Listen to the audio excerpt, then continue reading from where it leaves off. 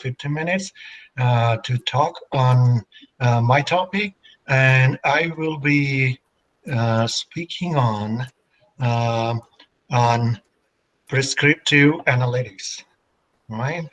And so this could be is my agenda of today's talk. So we'll give you a brief introduction about business analytics, and also and also supply chain network design, facility location, and we'll give you some demonstration using software or tool being used. All right. So let's start with some introduction on this, prescriptive analytics. This is more technical, and prescriptive analytics. I've chosen the topic. Machine learning is a very hot area, even in any field of study you take. Even in finance, I teach finance, and we have you know uh, the excellent application, and the state in which I live is Washington State. In Seattle is a very vibrant place. The two world's wealthy person stays in my state. Is a Washington State. That is Jeff Bezos and Microsoft CEO, also in the same state. So we have a lot of opportunities in the area of machine learning, in the area of prescriptive analytics, in the area of optimization, in the area of statistics and data analytics. And if you have, and the statistics is becoming, the data analytics is becoming the language and of the future, right? And if you have the skills in the area, you are going to get a very good remunerative job, and you will not, that will help you in decision, right? So in life we face a lot of decisions in life and business. We take computer to analyze the potential outcome of the decision alternative, and then we use the spreadsheet as a tool of choice for today's managers. So spreadsheet is being used. Spreadsheet has very wide range of applications in the area of finance to pharmacy to other. You have advanced statistical packages, SPSS and R package or Python, that are definitely help you get the data analytics going. And if you wanted to do advanced analysis, this tool will be of great use. But after coming to this place in a spreadsheet, which I realize that it has also got many potential applications. So my area, I will be, limiting my talk to, prescriptive analytics. But before we, dig deeper into prescriptive analytics, I will touch upon one area of prescriptive analytics. But I think it should be better to know what's the difference between prescriptive, descriptive, and predictive analytics, right? Descriptive analytics tells what happened, right? What is happening or what happened. So it is in hindsight. Predictive analytics, you use the tools to know what will happen in future. And prescriptive analytics, what should I do?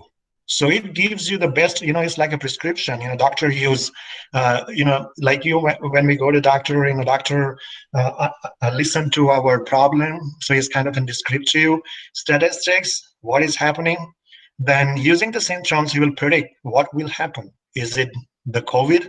Is it the malaria? I hope no one, will have the COVID, right? And it could be another disease. So he's predicting what will happen, and then based on his knowledge and blood reports and all, based on this, he will prescribe what should be the right course of action. So the predictive analytics is not the end. All right, the prescriptive analytics is finding the best solution to it. Like in with the COVID outbreak in 2019, right? A lot of things being disrupted, and that is unpredictable. No one predicted beforehand. Even the astrologer also were not sure about the kind of virus that devastate the entire world. But that caused a lot of disruption in technology, in case of supply chains, and that changed the business to think differently. That compelled the business to change differently to mitigate the effect of that. So what should they do? If in case of supply chain, what should be the right right way to deliver goods to the customers, right? When they are, and also how do they do so? By minimizing cost, or reaching to all customers' demand. Because if you don't reach to there, then it's a loss of business. So you have a descriptive, predictive, and prescriptive. And the prescriptive is about what should I do. So out of five different alternatives, what should be the best alternative is for the problem you are facing, right? So mostly deal with operation research, right? The topic that I'm talking about. Otherwise, we use machine learning techniques. Machine learning is usually used for prediction. Even in stock market, they use a lot of random forest and support vector machine, and and so on and so forth. Right, so they use that kind of, or ensembles and other kind of tools. They apply and they find which one having a best predictive power. Now, if you find the tool that having the best predictive power, that the tool that you use to help you further in prescriptive analytics to prescribe the best course of action, right? Best course of action, and that is deal with in business analytics, you find a considerable overlap with operational research. So we use the concept of operational research in finance to develop a portfolio, the optimization of portfolio that leads to maximization of return, or that may cause the risk to control, right, to minimum, and also decision science, right? Okay, so some of the example in business analytics is the Chevron developing the optimization tool for operational and strategic planning, right? Mixing crude oils, planning capital expenditure, and that helped them. The prescriptive analytics they use, the annual savings of $1 billion. Can you imagine? Dell build analytics models to optimize hardware configuration, that optimize website design, that optimize promotional design and timing. Benefit is increased profit by $142 million.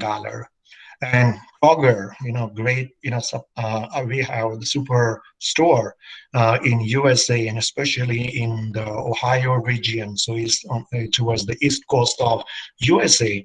So that team developed a models to determine the reorder point and order quantity, so there will not be any stock out, to reduce the inventory cost, to reduce the stock outs, and increase the revenues. So that will benefit the store enormously.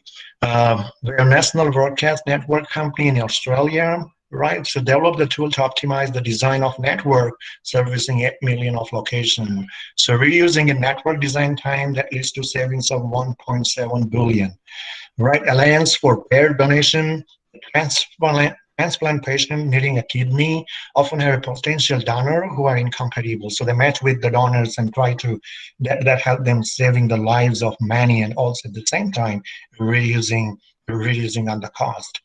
So the kind of mathematical model that they develop is the relationship and logical assumption that you implement, and then you apply the computer or the mathematical model or the program in order to in order to represent the real world phenomenon, right? And that then you'll find the most convenient way to build a solution, right? So there are different type of models used to make the decisions. The model that used should be simplified version, in the sense that it should reflect the reality, and at the same time it should capture the business problem very well, so that you can offer a better solution. So valid models should actually that should represent the relevant characteristics of the decision model that you are examining, right? And it's often why do we benefit? And imagine the days where we have all the data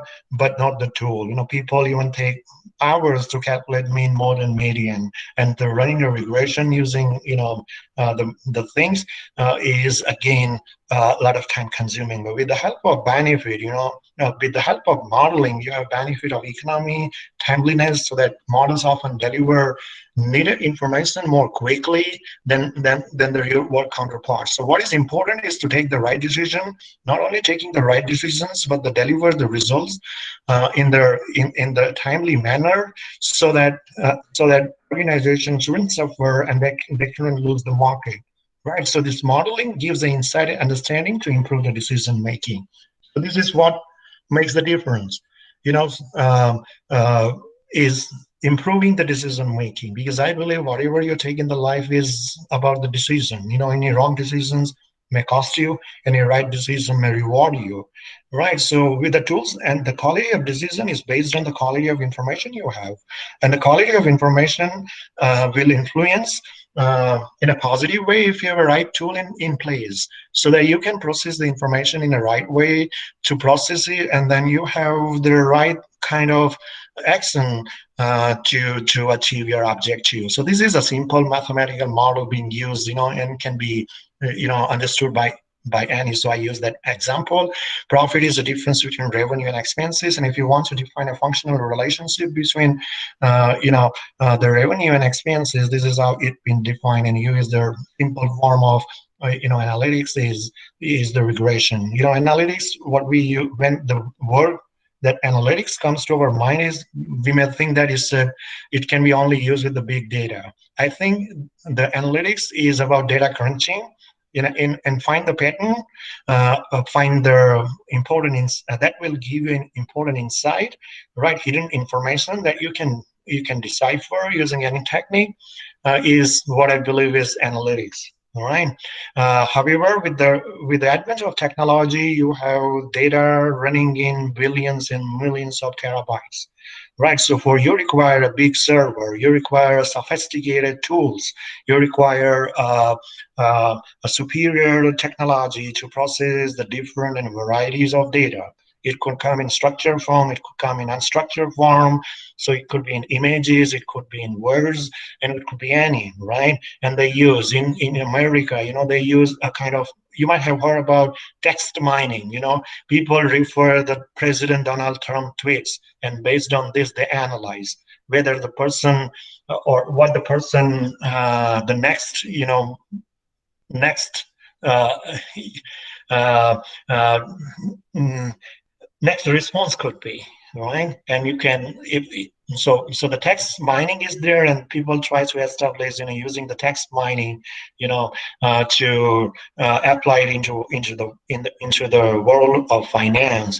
Some good tweets may affect the stock markets, the sentiments and emotion. They try to capture using text mining. So this is a simple form of regression, and probably you might be aware about, right? So that is, the most spreadsheet models are very similar to mathematical model, where y is a dependent variable, and these are the list of independent variables that influence this. So if I wanted to categorize the analytical models, is basically is into three categories. One is prescriptive analytics, second is predictive analytics, and the third is descriptive analytics. Right. So what is the form of function in descriptive analytics is well defined. Right, is known and well defined. The independent variable, unknown or uncertain. Right, like you have simulation, program evaluation technique, queuing, statistics, inventory model. Right. The predictive analytics is unknown and ill-defined, because based on the data, you try to judge which model is better predicting the future, better understanding the present state of affairs, and using this present state of affair to know uh, what to know the data generating process, and using the data generating process, you use the data generating process to capture to develop a model which will capture the data generating process, and that you use to extend the thing into future. And we use the predictive analytics in order to control the risk, in order to manage the risk. This is all we are doing to manage risk. Is I personally believe, and I used to tell to my audience, it's all about managing risk. The model that you use is managing risk. Risk cannot be eliminated. Can you eliminate risk? I think it's difficult to eliminate risk. If you eliminate risk, you are eliminating return. So the success of any model that you develop is how good your model in managing risk. In managing risk, so the good organization in the world, the successful empire of business are the empire which manages risk successfully. And this is what we are doing, is using the tools to manage risk, right? So why we are attending the workshop and seminar like this is to know something new so that you can apply and that help you in career or can help you. So you are in a way helping in advancing your career and try to maximize your return, right? So you try to learn many tools to to help contribute in society, and that will help you professionally as well. Right. So the predictive is knowing future, right? Uh, so that you have some kind of an analysis, neural networks, affinity analysis, discriminant time series, regression analysis, so kind of host of machine learning tools and techniques that you use.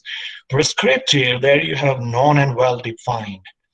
And there are some independent variables that are under control. Use linear programming, non-linear programming, mixed integer programming, and networks modeling that you have. So, for an example of after COVID-19, the supply chain disruption or the business is affecting badly, you have a well-defined problem or functional form that you wanted to reach every customer. So want to maximize demand. At the same time, you want the product to be delivered to the customer, so the customer shouldn't have to travel along, and you can minimize on transportation cost. So there are some known and well-defined functional form, right? And there are some independent variables. Mostly under decision makers control. So and yeah, so that is under the part of prescriptive analytics, like the Walmart or let's say Home Depot in USA. They wanted to make a manpower planning, right? And at the same time they wanted to make a manpower planning over a shift. Right, so there should not be any shift without uh, uh, human, and at the same time the control of cost that they are paying on the sal in the form of salary should be also at the same time minimized. Okay, so what is the best way to manage scheduling of the shift of an employee? That is also there. Also in the risk management, we have kind of project optimization, where we have 5 different projects and we wanted to select the best one, or we have the resources which will help us identify and select and invest the resources for 4 and 5 projects. So which of the projects should be a better project, and how should we appropriate the resources in each of these so that it can maximize the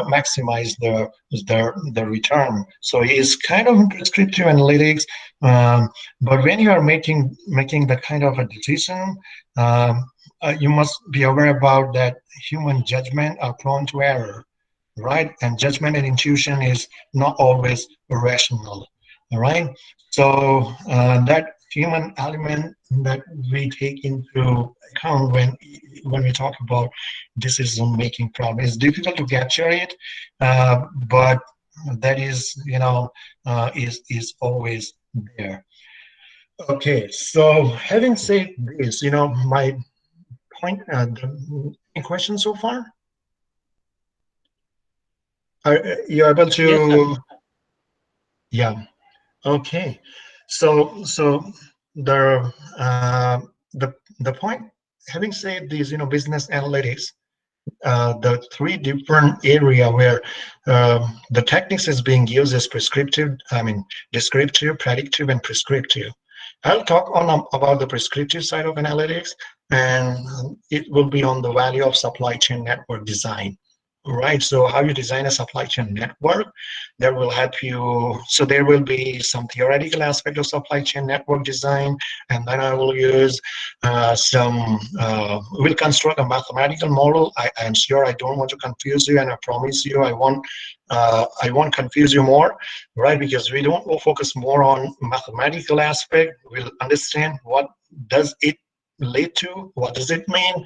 And then I will demonstrate you with Excel an IBM OPL CPLX package, that how it can be used by many various industry for the supply chain network design, right? So this is one of the aspects of supply chain network design, right? There are many, and university in USA have the different department.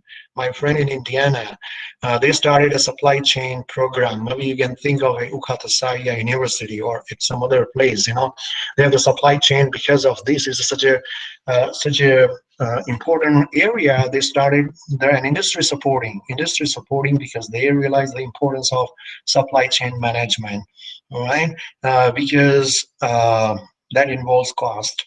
No industry is not can be transferred via internet. The product, right? It can be delivered, it cannot be manufactured. When it comes to delivering a product, you need a distribution center, like Amazon in USA. They have the distribution center. They have customers across the United States, and I'm placing an order from Washington State. They must have, and that my area is my town, and I want a quick delivery, right? So the objective is to deliver the product quickly and at the same time minimize the cost. So they will not find a supplier from Indiana, which is far away from my place, but they will find a supplier which is near to my place, so they can be delivered in time. So these are the aspects that goes into supply chain network design. It's a big ocean, and I'll be touching upon some of the application where supply chain network design that works, right? So what is supply chain? Give you some of the introduction. Is the collection of facilities, that includes plant, factories, warehouses, ports, customers, and ultimately it goes to the final point of consumption, right? So that is what the entire flow. All right. So these are all participants involved in the supply chain network design. So if the company like Amazon never manufacture, they have uh, their products online, right, and they deliver to different places. So for them is to find suppliers for the order placed by customers, right? So they don't have, probably may not have their own warehouses, but it should be delivered from those suppliers, and those suppliers are small business, big business, depending upon the requirement, the approach. And my location is here. Suppliers should be such that will deliver in timely, right? So timely delivery, cost, and at the same time, non-customers should be dissatisfied. So customers' demand must be met. This is really a complex thing, right? You are trying to meet all the ends, okay, all the demands with the model, all right? So that is their participants, the players in supply chain, and how their network design works is the kind of network design is a discipline used to determine the optimal location and size of the facilities. All right, so what could be the optimal size of facility? And the flow through the facility is called the supply chain network design. So that addresses the question, how many plants should I have? Right, like the example of Amazon I'm giving you. How many plants should we have? How many warehouses should we have? How should product flow? All right, how should the product flow? And this network design, if you refer to research articles, and there are a lot of research after the pandemic, right? They interchangeably use network design with network modeling. So you kind of sort of develop or build a mathematical model of your supply chain, right? And you solve the model using optimization techniques, and then you pick the best answer, isn't it? It sound easy. It sounds easy than uh, what actually does.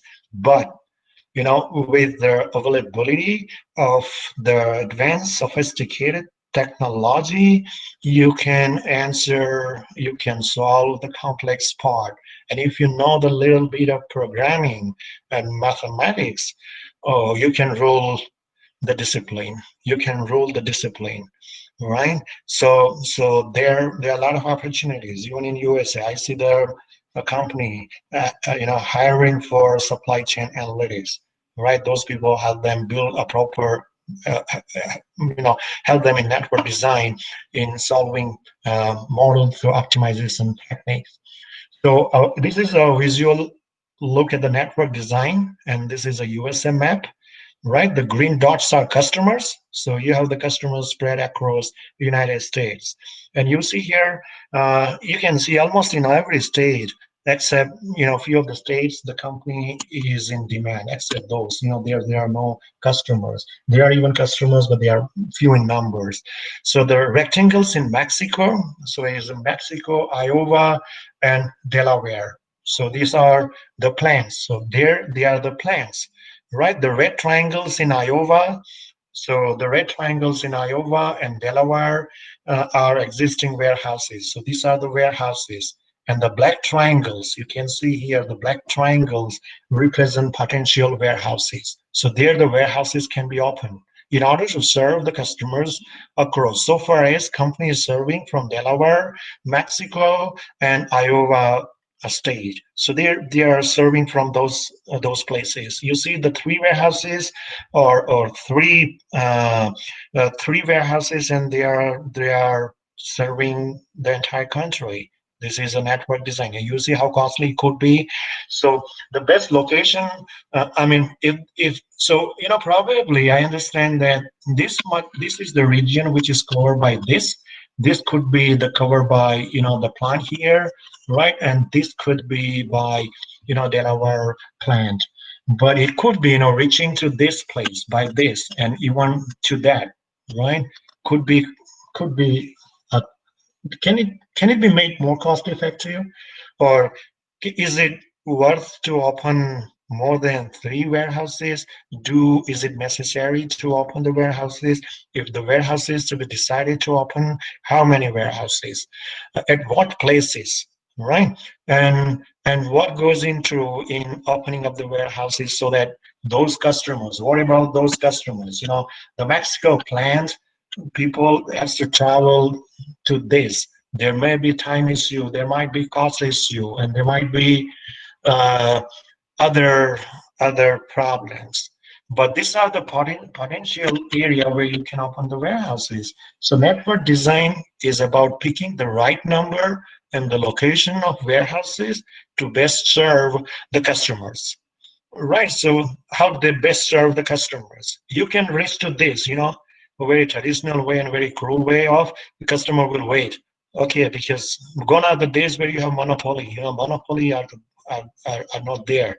You can't have enjoy. If you enjoy, that will be for a while. With the potential competitive pressure, the advantage of monopoly is gone. In USA, the Amazon, the kind of Amazon store Walmart is preparing, and they come up with the Walmart Plus app, right? The TikTok, it was banned in India. It is not banned in USA, but is TikTok is being taken over by, or is in the process that Oracle and Walmart will be party to take over TikTok. So the Walmart is a different business, now, and and and uh, and also, so the kind of the changes taken place in business field is so dynamic, right? You can't think, feel, and in USA is kind of a capitalist economy. Either you perform or perish, right? So the customers have the choices, and they choose the best. Yeah, it's not just what is given. And so as in India, it's such a big market and such a lovely country, right? With the people and with the competition, with the great leadership of Narendra Modi, right? So we have the kind of always as a network design by the company. So picking up the right number and location of warehouses to best serve the customers. So you're gonna picking up the right number and the location of warehouses to best serve the customers. This is what the service level is important. picking up the right number. You cannot blindly say that let's open 5 locations or location at many other places. So there are value of supply chain network design in Moss and Wrigley merger, which was in 2008, right? So that merger, the supply chain network design will help them the distribution in $10 million saving, right? So management in a better position to make decision for a new supply chain project completed in approximately 3 months. In 2006, Whirlpool completed its acquisition of Maytag, and because of their supply chain, they have probably a similar product. So their supply chain network is overlapping. What overlapping? Whirlpool have a similar kind of product. So as the main Maytag, the washing machine and the industrial washing machine and that product, they have the similar line of business. So why not? Well, after the acquisition, they redesign, and reframe the supply chain network. So that results in the saving of $400 million. Can you imagine? And so that company can run internally and can make many suppliers or many customers. So the Miller and Coors merger operation in US to become the Miller Cooler in the summer 2000, and that supply chain integration is a part of their network, and they're helping savings millions of dollars.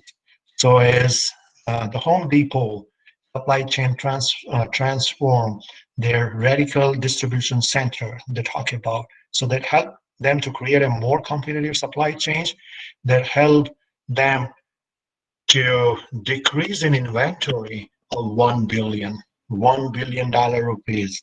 $1 billion, if you convert into rupees, it's such a big amount, right? So that kind of inventory will help. That kind of supply chain design network will be a very cost efficient. So there was an example of global chemical company. The political unrest in Egypt 2011 caused them to close their plant in 24-hour notice. So there was a political unrest in 2011, right? There was a big, political unrest and the change of power. And they used a supply network design and quickly figure out where to make the product formerly made in Egypt in order to continue meeting all the demand. So quickly they decide where do they move out. Rather than closing the plant, they move to some other place quickly and in order to meeting all the demand.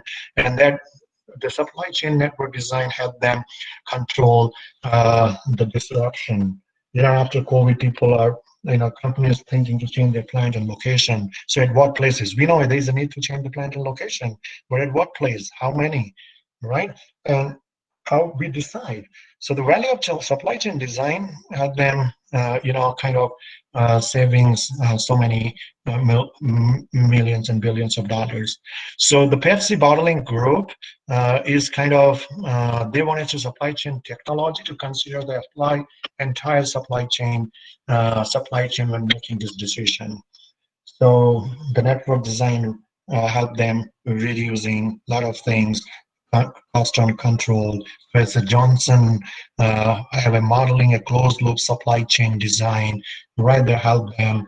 In Europe also, you find a lot of application where that help the markets to make the supply chain, those mergers and acquisition and designing of supply chain help them generating the cost-effective, entire operations. So Toshiba is one of the bigger, producer of electronic goods. So they were changing their entire supply chain, and this supply chain helped them, saving on cost. So in Ohio also there are products. So that all goes. So is this success story of the business after supply chain network design, right?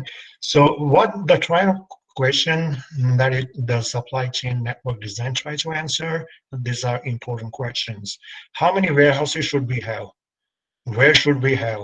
How large should be, and what products will they distribute, and how will we serve our different types of customers? So that is question they're going to address using supply chain network design.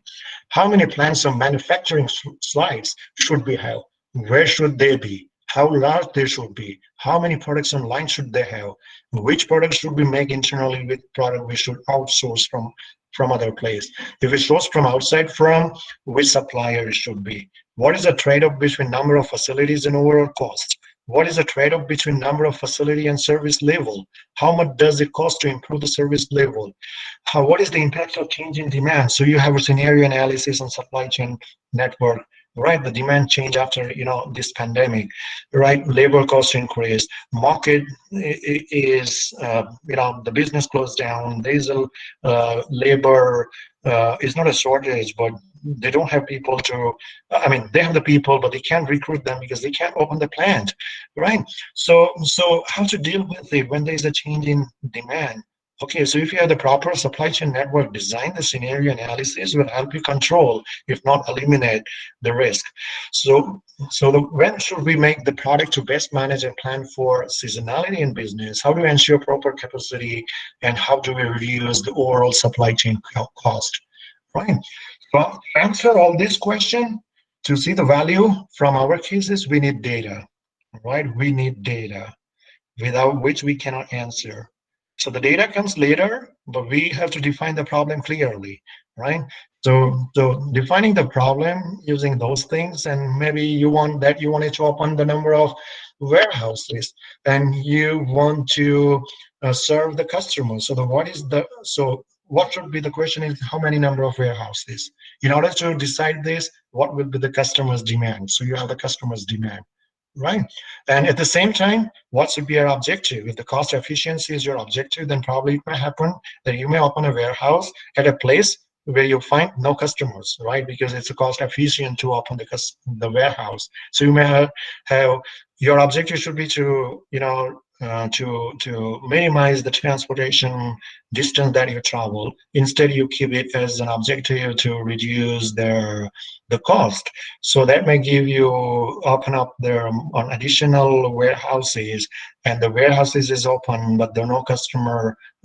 Maybe that may lead to. So that is the issue that goes into. So you need the data. You need the geographical data. You need the warehouse data. You need the plant data.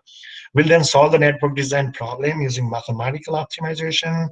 So that is the proven method for type of problem and allow us to sort through all the variations. It is a big field, right? Finally, we'll need to discuss the non-quantifiable aspect of network design, right? So all this quantitative method cannot replace the value judgment of managers like you and the people involved in the decision-making process, right? They are very important when you take the final answers. So this is a geographical location, right, across this. So you require data about the geography of this. So why does geography matters? Because the transportation cost that matters. Geography is important. That's why you require data. Service levels matter. The input costs matter, right? The labor, utilities, and raw materials. So the labor in California is costlier than the labor in Ohio, is labor in Indiana, right? So that matters, all right? So that is why you have geographical location. Skills availability is also an important.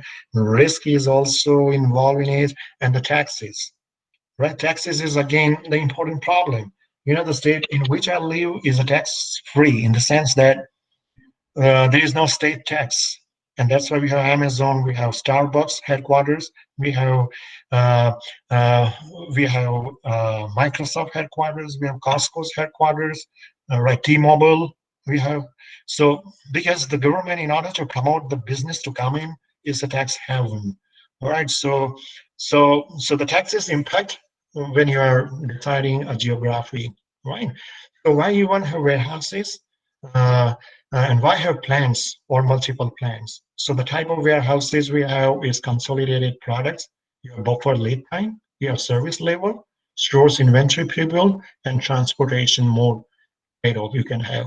So you have planned for service levels, transportation costs, economies of scales, you have taxes and split up. So that when you open the plant, you take into account this. The type of warehouses, you take into account distribution center, mixing center, cross docks, central and regional for type of plants, your manufacturing and assembly. So the major component of optimization, you have objective. What is if you want the mathematical program to optimize?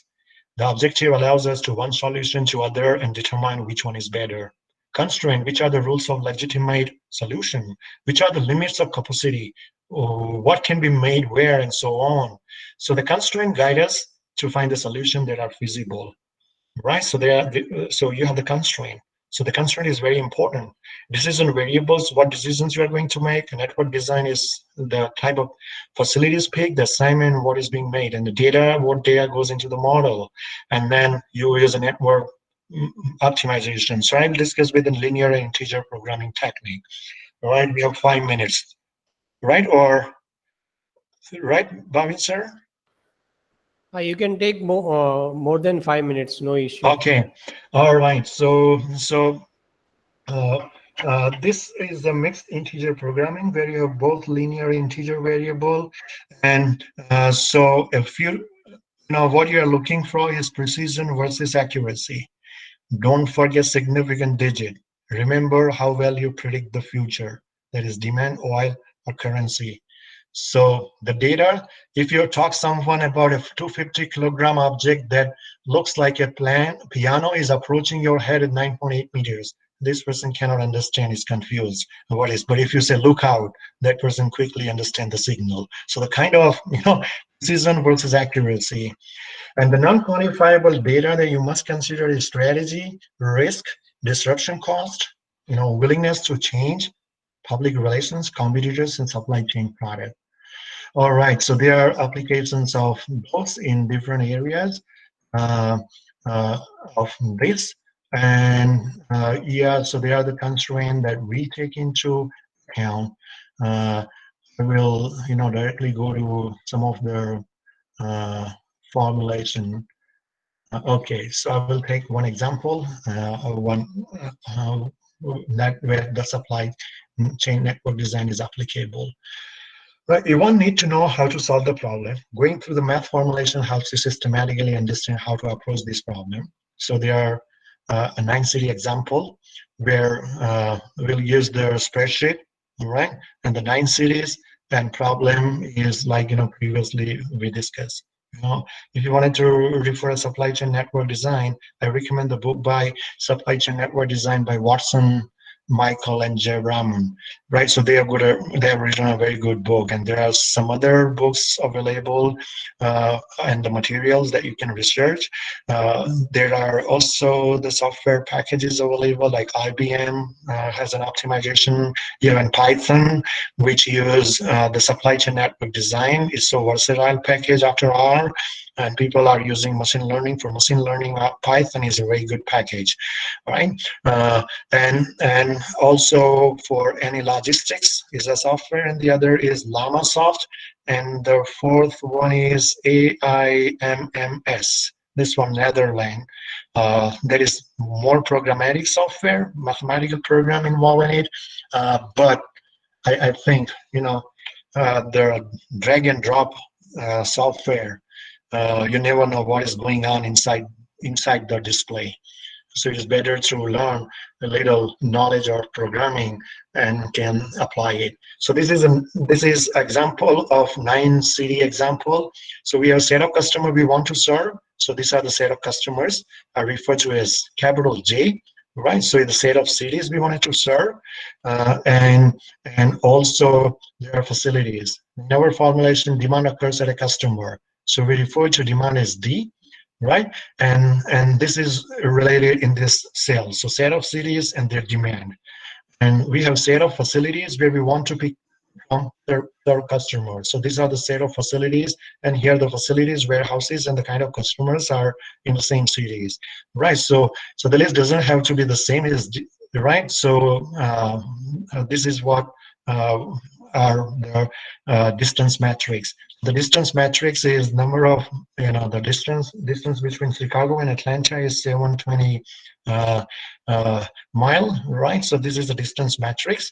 And what we're concerned about is the distance between facilities and customers. We need a distance matrix that shows us every combination, and we call this. So it's kind of a distance matrix. So that is the distance from Chicago to Chicago is always 0, and also as in Atlanta. So we want to minimize the average weighted distance from facility. We are not minimizing average distance, mind you. We are minimizing the average weighted distance from the facilities to customers. And so this is equivalent to, so it's kind of a center of gravity approach. right? You wanted to serve the customer based on the demand weight.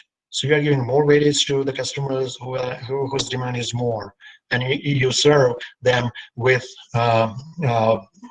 okay, so you wanted to take this into account. So our demand is our weights. We have to meet all the demand. We don't want to miss anyone. We can locate a certain number of facilities. We call this P. So these allow us to determine the best 1, 2, 3, and so on facilities. In this model, we consider, we want to pick the total facilities with 3. So do we pick a facility or not? So we'll designate the decision as an X decision problem. And those variables can be seen in the cell C40 to C23. So these are the facility, and we run the optimization to carry out. Right, so this is a kind of customer assigned to each facility. Right, so we'll designate the decision, and YIJ variable is the start YIJ also to be 1 or 0. So 1 means there is where the warehouse is to be open. Right, if the customer is served from the facility, then the facility must be open. So if you the optimization solution put a 1 here in Atlanta, so it means they're used to open their places at Atlanta. So you wanted to serve Atlanta from St. Louis location, right? So if this is 1 here, right? So Atlanta people can be served from St. Louis. However, it is far, so it's better to have people to serve in Chicago from St. Louis, right? So if a customer is served in the facility, then the facility must be open. Right. Otherwise, if your decision is to minimize the cost, and possibly the facility will be open, but the customer will not find. So there is a link to there's a way there's a need to establish a link. All right. So here we have mathematical. This is the objective function. We want to minimize the total weighted distance from facility to the warehouse so that you can reach them in time. So we have 2 summation. Well, the time is not there to explain all this. And then in Excel, we have a mathematical solver. We have the facility, so the total distance. That is what we wanted to minimize. And then to ensure every customer must be open, we need a constraint for every customer. So you wanted to serve all the demand, so that is equal to 1, right? At the same time, ensure every customer must be served, we need a constraint on every customer. So that sum must be 1, right? In Excel, that represents for every J is an element of J and 1 constraint per customers. And then we must ensure just P facilities, so we need the following constraint as well. So in Excel, this is relatively simple, right? And having said, at the same time, we need to ensure that the customer is served by facility, then the facility is open. So that is what otherwise. So this is a family of constraint. So we have constraint that says customer must be served 100%. If our objective is we want to set y equal to 1, then the distance is low, and then we can define that constraint in a way. So this is what the math problem. Right? Don't get intimidated by what is there on the slide, but this is what we defined earlier. Once it is defined, you should know the proper way to apply in Excel. All right, so these are all constrained being here, and you apply to this constraint. So I will show you in Excel spreadsheet.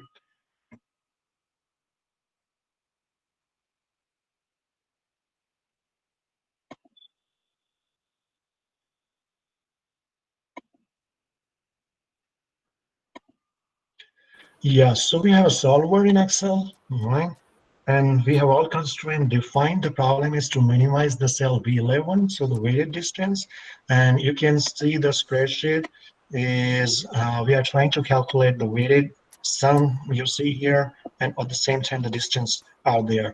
So we define those constraints, and then we click on solve to run the solver. And fortunately, we find the solution. Okay, so that solution tells us that these are where the facilities can be open. Is one in Chicago, New York, and Charlotte. So Charlotte is where if you want to choose Chicago, so the customer in Chicago can be served from Chicago, from St. Louis. The Chicago will be the facility to serve the St. Louis, because the weighted distance is minimal, and that will be within the weighted minimal average demand weighted distance, right? So this is how that problem the Excel help in solving. And this is a kind of an IBM, if you are knowing their uh, some optimization language. This is the program that I coded here. Okay, and I ran it, and the assigned variable, I can find the similar results as an Excel. So we have Chicago customers to solve from Chicago. So it means that opening the warehouses, right, at 3 places, you will be able to minimize the distance and will be able to serve all the customers. All right. So this is what in Chicago you have in Network, New York, and there you have in Charlotte. So this is where warehouses we require to open in order to serve people. And this is where the rate could be minimum, and at the same times all customers' demand being met. Right? And this is not a big deal, if you wanted to look at the program, this program is not that complicated. Probably is not more complicated than you use it in Python. It is a programming, and the kind of the intuition that you use is sum of weight in warehouses. You assign the variable. So we did little, uh, you know, knowledge of understanding the language. Probably the people from business, or if you as a pharmacist, maybe if you became the owner of some pharmaceutical company and wanted to open begin with the company, wanted to open various distribution center, or wanted to expand the business, probably this knowledge will help us. So what is the lesson learned from this is, even with distance, the problem is realistic. In some supply chain, being as close to customer is a primary goal, and distance is useful. So in order to, in some supply chains, we have uh, uh, you wanted to serve near to the customers and you want to make a speedy delivery, right? And even just considering distance, when you look at more than one facility, the problem becomes more complex. So you can try if you wanted to have more than 5 customers, right? So, or your optimization could be, revenue optimization or cost reduction. And in this, further, what you can do is you can, uh, run a scenario analysis, in the demand as well. If the demand get fluctuated, right? What should be its impact on the warehouses opening that you have, and you can link with the cost, right? So you can run, yeah. So this is, you can run a multiple scenario is a good way to understand the impact of change in supply chain and the marginal value of additional site. Right. So I think I covered what I suppose. Well, this is fast, right? And probably, yeah. So I try to focus on the nuances of supply chain network design, right? And what the role of an application of prescriptive analytics in supply chain network design. All right. So to sum up what I talk about is the prescriptive analytics is the way to find the best solution. What should I do? Given you have the prediction from the predictive analytics, you have the demand forecasting that you describe the existing conditions, right? You have all the information about what customers want and what they have, and you also a projection of demand based on what you have already. Now, since you have already the predictive analytics, you have descriptive analytics, then what should be the right way so that I can serve all the customers at the same time? The facilities that I use, it should be a quick delivery to the customer. So combining descriptive, predictive, like in demand, and the warehouses you wanted to open with the geographical data that is kind of in descriptive, you try to find out the best possible solution to the company. Okay, so yeah, so for prescriptive analytics, I have if you wanted to learn what is one to beginner in the prescriptive analytics, there's a spreadsheet modeling by Ragsdale from Cengage publication. You have supply chain network design by Watson, and you have another book by spreadsheet modeling from Wiley publication. At present, I do not remember the author name, but that would be a good starting point to begin with. Okay, so that's it from my side. And yeah, Okay, if you thank have you, any sir. question, yeah. Thank you very much for your uh, time given and sharing your knowledge. I hope every participant will be enriched with what is prescriptive analysis. And being in pharmacy, I can say we can use this basis of prescriptive analysis in drug discovery, like identifying the targets. By using this, we can have some identification of targets or identification of disease by this prescriptive analysis, and we can utilize that this developing model to in drug discovery also. Sir, here with we also have I can say your colleagues, ex-colleagues, as well as your students, Vijay sir. If Vijay sir want to say something, please, Vijay sir, you can unmute yourself and talk. Hi, very good morning, Prashant sir. Yeah, very good morning. So how are you, sir? I'm very good, thank you.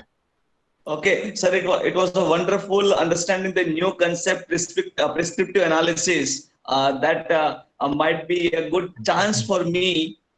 Might be good chance for me to work on it for the further other kind of the things and associated with you for doing some things for the university as well as my progress with respect to the prescriptive analysis. Yes, sure. Well, what I have, in very short period of time, I know it's very mathematical. Later, if you apply this, but I just wanted to throw some ideas. So if you want, if you can further, can build upon it. And I see the sequencing is designed very nicely in the workshop. You have some series of talk on optimization, right? Yes, sir. I say some of the topics in pharmacy, some of the speakers are talking on some optimization, right? I guess, Yes, sir. probably. Yes, sir. Yeah, so that optimize. So, that is very nicely sequenced. It's very nicely designed sequencing, and sequencing is very important in optimization, right? So that you get a desired result and to reach the proper understanding. So that is, yeah, very nice way of designing, and I see a lot of participants showing their interest, and hopefully if it's useful to some of them, I'm always ready to help them out. You can always reach, I have shared my email address with Bhavin sir, and always a pleasure meeting any of you and the people from Ukata Saria University.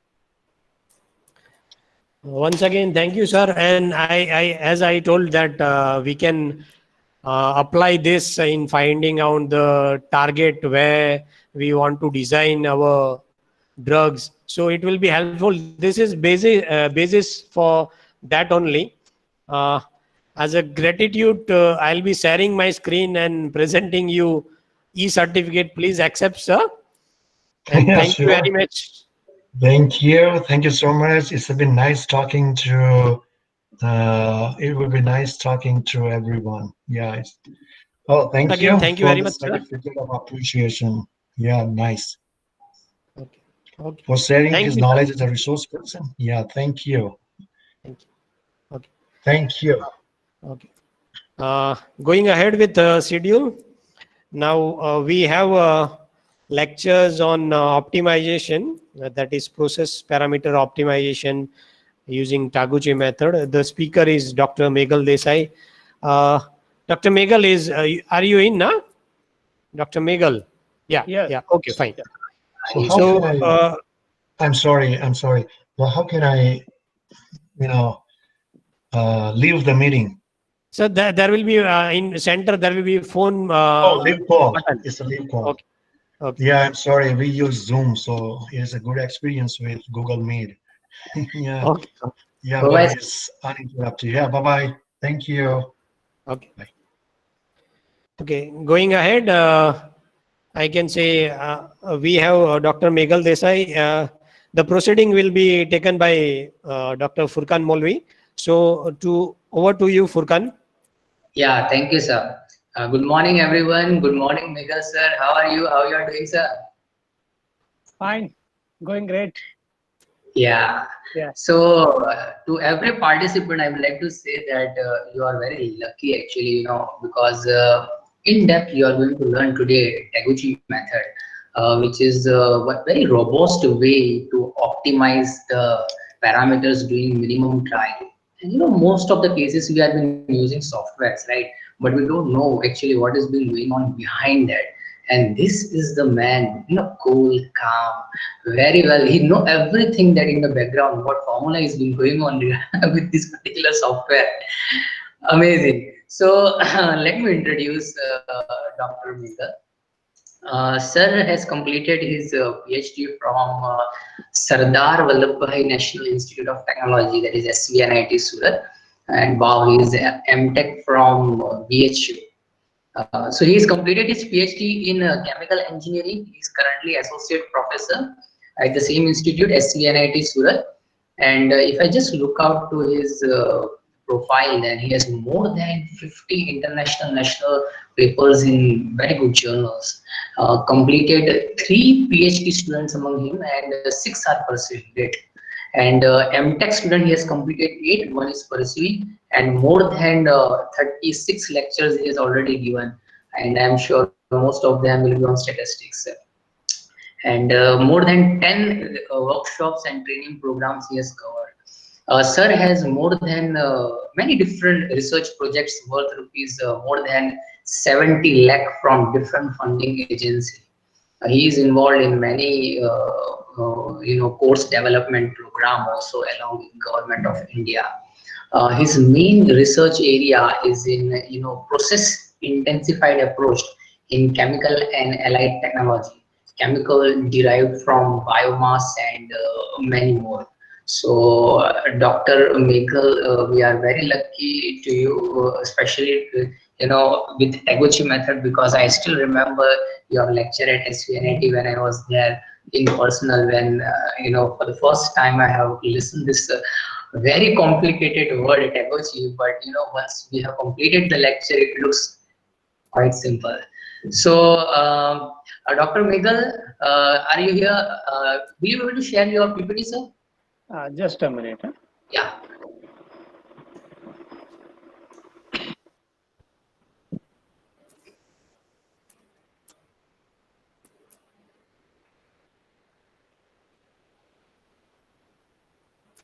Is it visible? Please, you can start your lecture, sir. Thank you so much. Okay. Okay. Thank you for the introduction. I'm quite overwhelmed. Oh, am I audible now? Yes, sir. Okay. Thank you. Yeah. So let us start with the known, you can say, saying that quality means doing it right when no one is looking. And interestingly, it was said by the automobile company, the founder, and we are finding that the same company is also facing issues with quality. Oh, no, not an issue. Let us see what we can do in our work. So generally, as a faculty, one of the, you can say, by default activity that I need to perform was stapling the documents. And what I experience is this: I need to make 5 attempts, out of which only one is successful. You can see there is attempt number 1, 2, 3, 4. So on another side, you can see this is 1, 2, 3, 4, and lastly, I got success. So in our day-to-day life, a simple stapler machine, or you can say simple stapler or the stapler pin, it is not of the required quality. You see the success rate 1 out of 5. So the our day starts with you can say the quality which is not being served, or you can say the quality as per the consumer or the customer's point of view. Yeah, these you can say stapler or stapler pin may have undergone various taste, strength, or you can say that yield strength and compression strength, whatever strength they are using, and they might have, I mean, proved that the product that they are supplying is of the, you can say, or it is meeting the required taste required specification. But when it comes to the customer's portal or customer side, and when the same is applied, not satisfied. Okay.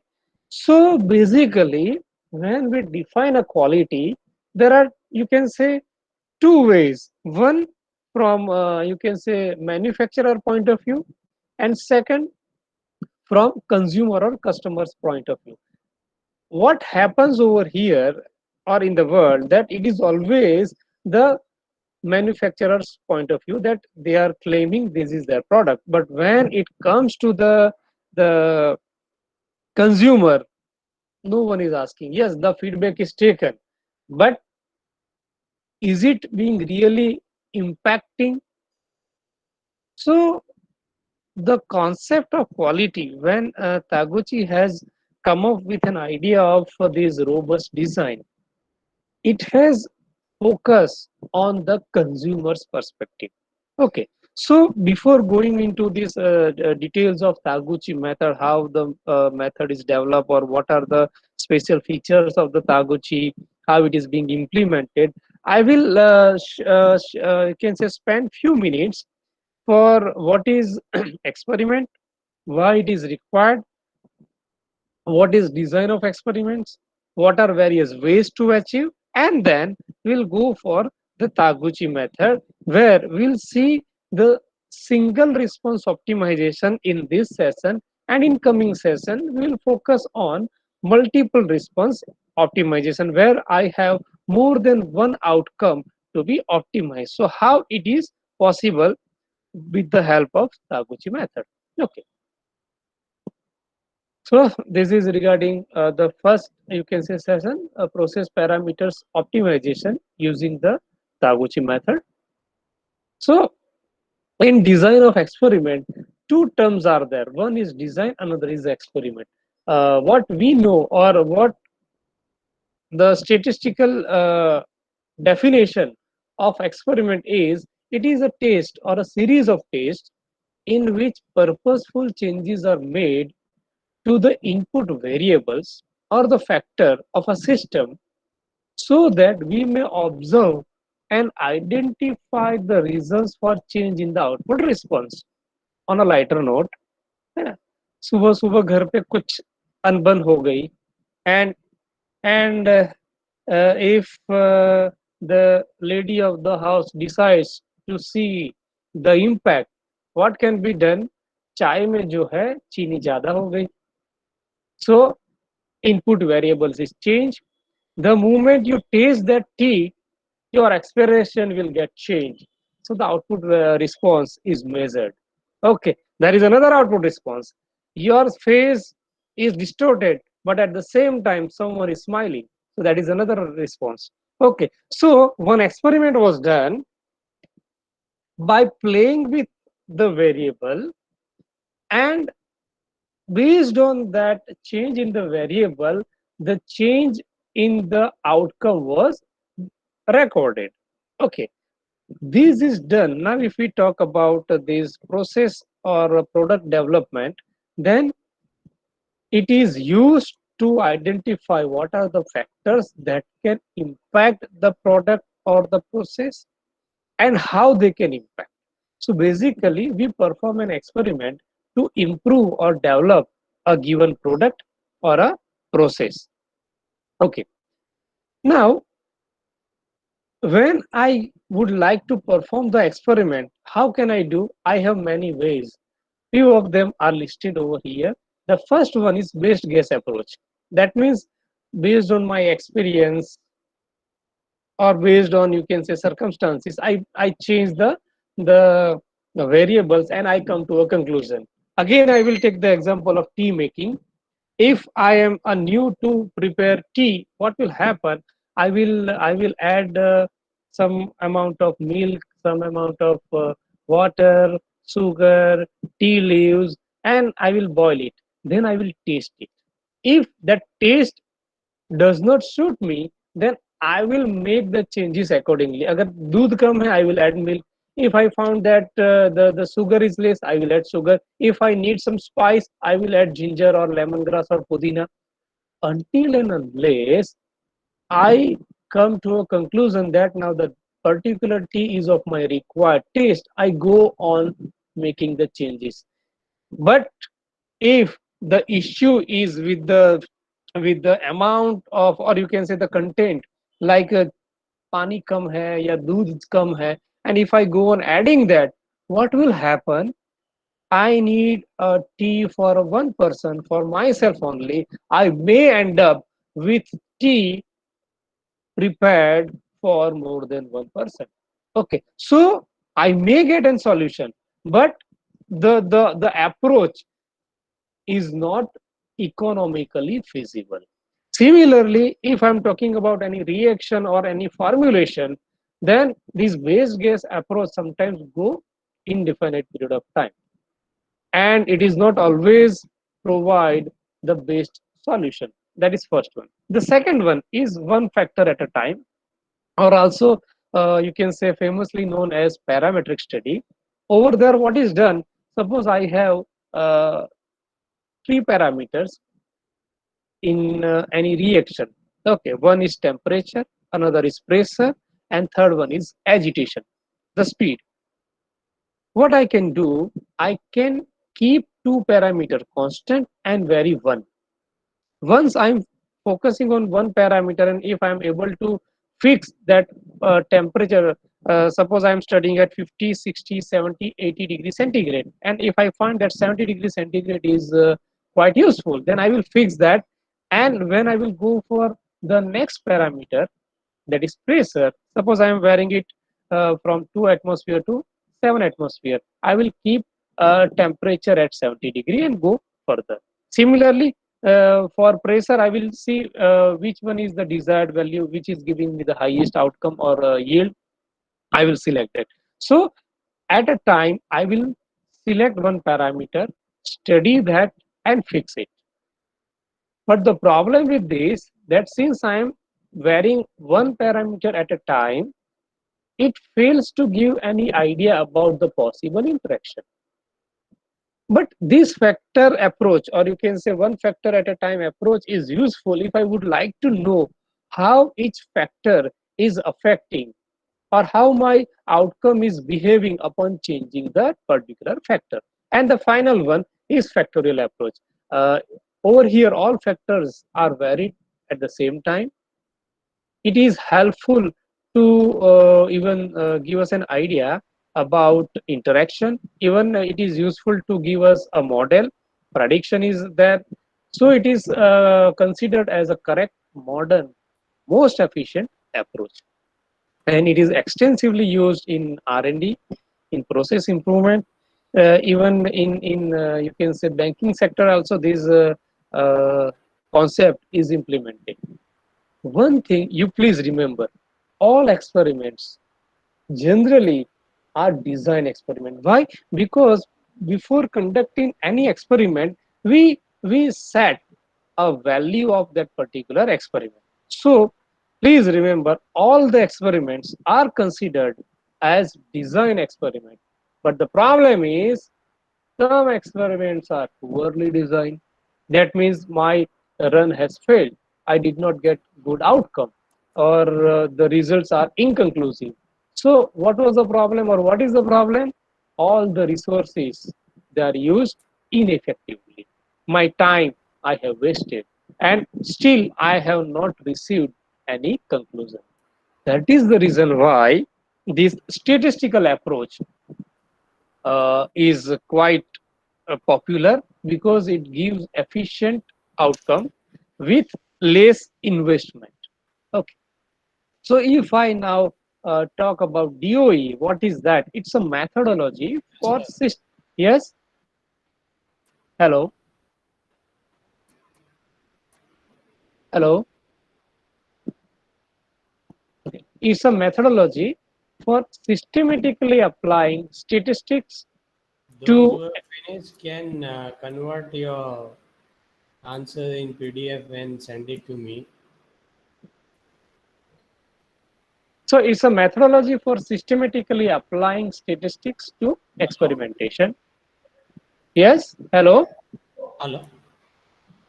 yes. Hello, hello. Yes, sir, we can listen clearly. You can continue. Okay, okay.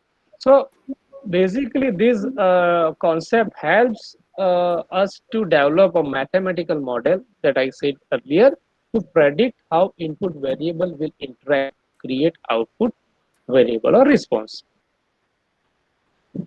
So what we can learn from DOE, or what we can get with the help of DOE, we can learn about the process we are investigating.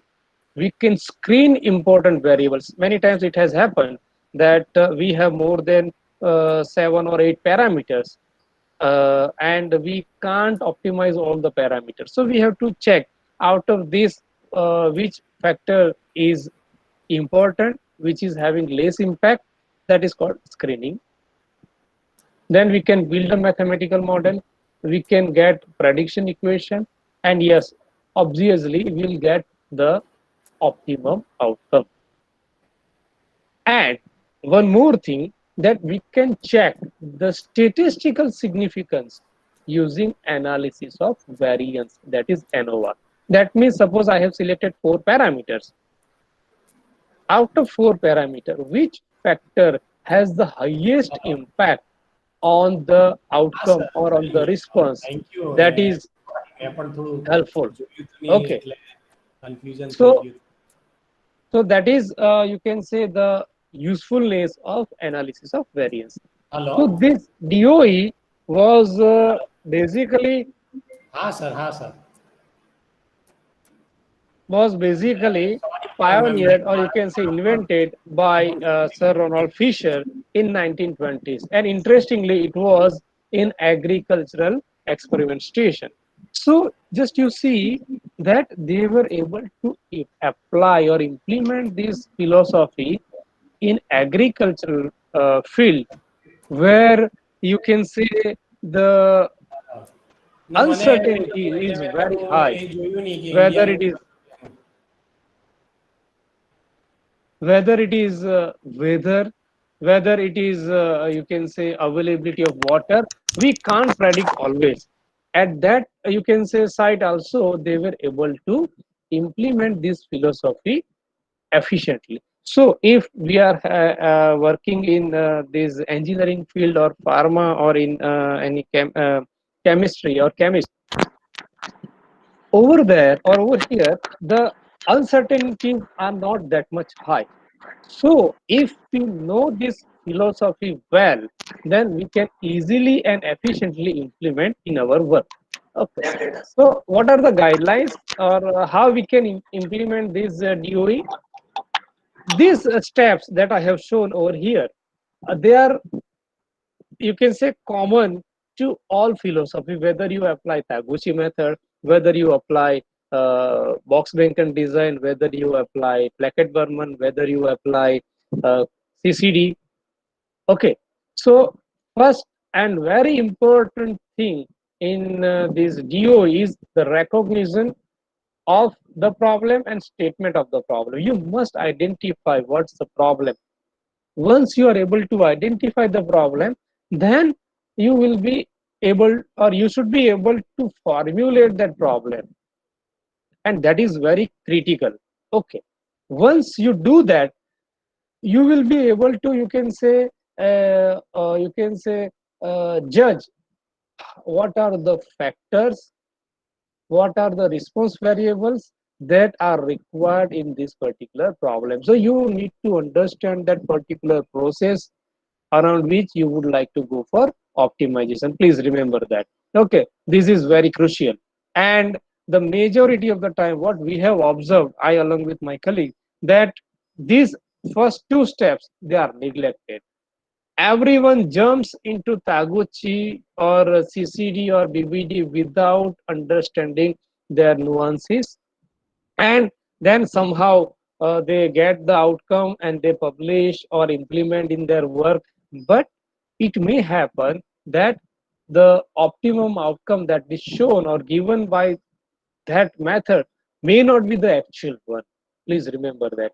So I always you can say give stress on first 2 steps. you recognize the problem, you formulate the problem, then you identify the factors and the response variables or the outcome. Outcome means what is my, you can say, response. If I'm performing any reaction, yield can be outcome, conversion can be outcome, or waste generation can be outcome, or energy required can be outcome. So I have many choices. I need to decide what is my requirement. Okay, and based on that, I will check what are the factors that can affect the particular outcome and the process. When I am able to identify these two, then comes the range and the level. Range means what is the minimum and the maximum value of that particular factor. To give you an example, suppose I am performing a reaction for a given temperature, and my requirement is the reaction should be performed in liquid state. Suppose I am using water and pressure is 1 atmosphere. So I have a, based on my, you can say, education, or you can say schooling, I know that water is in liquid state from 0 to 100 degree. When I go above 70 degree, appreciable vapors are formed. So I need to prevent that if I would like to use temperature above 70. So the range is 0 to 100. Now, from literature or based on few experiments I run before deciding the level or the range, I will have a fair idea that I should keep the temperature either 10, 70 or 80. Now, when I am going below room temperature, I need to put in extra energy. So I will see that let me try at room temperature. Okay, so based on my literature survey, based on few my experience, based on my you can say few experiments known as preliminary experiment, I will have a fair idea what is the range of that particular factor. And level means in Taguchi or in CCD also, now we'll talk about the level. We will select at least two values for that particular factor. So the values, physical values of that factor is known as level. Suppose I have selected 70 degree and 90 degree, so 70 and 90 are known as levels. Suppose and they are it is called two level design. If I select three levels, 70, 80 and 90 degree centigrade, it is called three level design. Okay, so levels, range, this all depends upon the literature survey, preliminary study if I have performed, and the experience. That means these two things are very critical before conducting the optimization. Please remember that. Don't jump into the, by chance if you have selected wrong level, then you may end up with wrong outcome. Okay, so please remember this. Once you have selected this, then comes choice of experimental design. Which design you would like to prefer? Only Taguchi or CCD or BBD or 2K design, full factorial, fractional factorial, so many options. Okay. Now, this sample size, that means how many experiments I would like to run. If I would like to end the task within few experiments, then please remember always Taguchi is preferred. The reason is it gives the shortest possible metrics for the performance. Okay, but this advantage comes with some limitations that I will talk later on. So what is the sample size, or how many experiments I can afford? Then comes replicates. It is always preferable to perform uh, experiments in you can say duplication. At least each experiment should be performed twice, so that we will have an idea about how much variation is that. But at the same time, I would like to mention over here that if you are using a CCD or BBD, they do not work on that variation. They work on the average value. And at center point, number of experiments are performed uh, to get the idea about variation. While in case of Taguchi, each experiment is analyzed for variation, and that variation is considered for further analysis. Okay, so Replicates or repetitions are required. Then comes round order. How you will perform the order based on that standard order that is provided, or you will go for randomization. Randomization, that means unbiased to the particular system. Like generally it is done. Suppose if you would like to distribute projects to the student, rather than calling each student and giving them the predefined project, what generally do we make a cheat, put it into the pot, and that cheat picking is done. So neither faculty nor student are giving any bias. They are simply picking up the cheat and checking what they are getting. That means the whole system is made unbiased. Similarly, it is required while performing experiment also. Suppose I am performing experiment at 50 degree. So what my biasness will be, chalo ek 50 पे कर दिया है, so whatever set are there having 50 degree, let me complete that, so that मेरा water bath जो है वो 50 पे ही रहेगा, मेरे को जो टेम्परेचर एडजस्टमेंट है वो नहीं करना पड़ेगा. So I am already biased towards the water bath. Similarly, if I am performing, you can say, experiment at room temperature. Now, when room temperature, I am saying in the morning, it will be different. In the afternoon, it will be different. So if I am performing all the experiments of room temperature in the morning, then what will happen in afternoon, I don't know.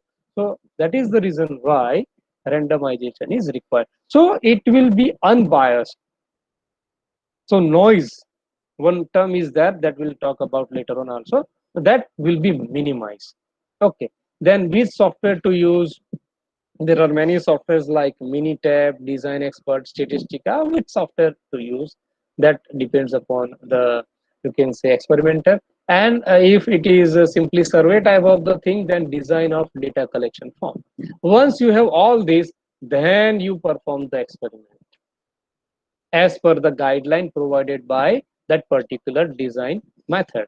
Then you analyze the outcome that will give objective conclusion. You will get answer in terms of some values, and you can plot the graphs, and based on that you will have the conclusion, like which one is good, you can say, factor, what is the best condition, is there any need to drop any factor, is there any need to change the level or the range, or is there any need to incorporate any response. So these are the things that you can get. So just I have shown one system where you can outline at least factors. Okay, so a reaction is there, and based on my experience, literature, what I know is the reaction can be affected by catalyst, amount of catalyst, concentration of raw material, temperature, pressure, flow rate, and agitation. Now 3, 3, 6, and 7 factors, I can't optimize 7 factors at the same time. So I need to check which factor has lesser impact, and I can fix that. If I am not able to do that, then I will do screening with the help of Taguchi method or Plackett-Burman, and I will identify out of this at least 3 to 5 factors that have major impact, and that factor will be then optimized. The responses I have mentioned as yield can be one of the responses, resource utilization can be one of the responses. So these, you can say, a guideline if a single process, or you can say a system is there. But if the same is you can say required to be implemented at larger scale, at industrial scale, then fishbone diagram or Ishikawa diagram is useful, where 8 M's are used for the same purpose. What are the factors that are affected, that are affecting the goal or the response? So the the systems that are considered are method, that is process, material, that means raw material, machine, equipment, measurement, how am I testing or analyzing, manpower, who is performing. If it is research one, then it is always constant. Mother nature means the environment in which I am studying, because humidity plays a major role. Maintenance of the equipment, if because wear and tear leads to deterioration in the performance. And finally, management, whether management is influencing or not. Okay, so this is, you can say, overall you can say idea with the help you can get with the help of fishbone diagram. Initially it was only 6 subsystems, 6 M's. Now it is there are 8 M's. In future you may have more than 8 also.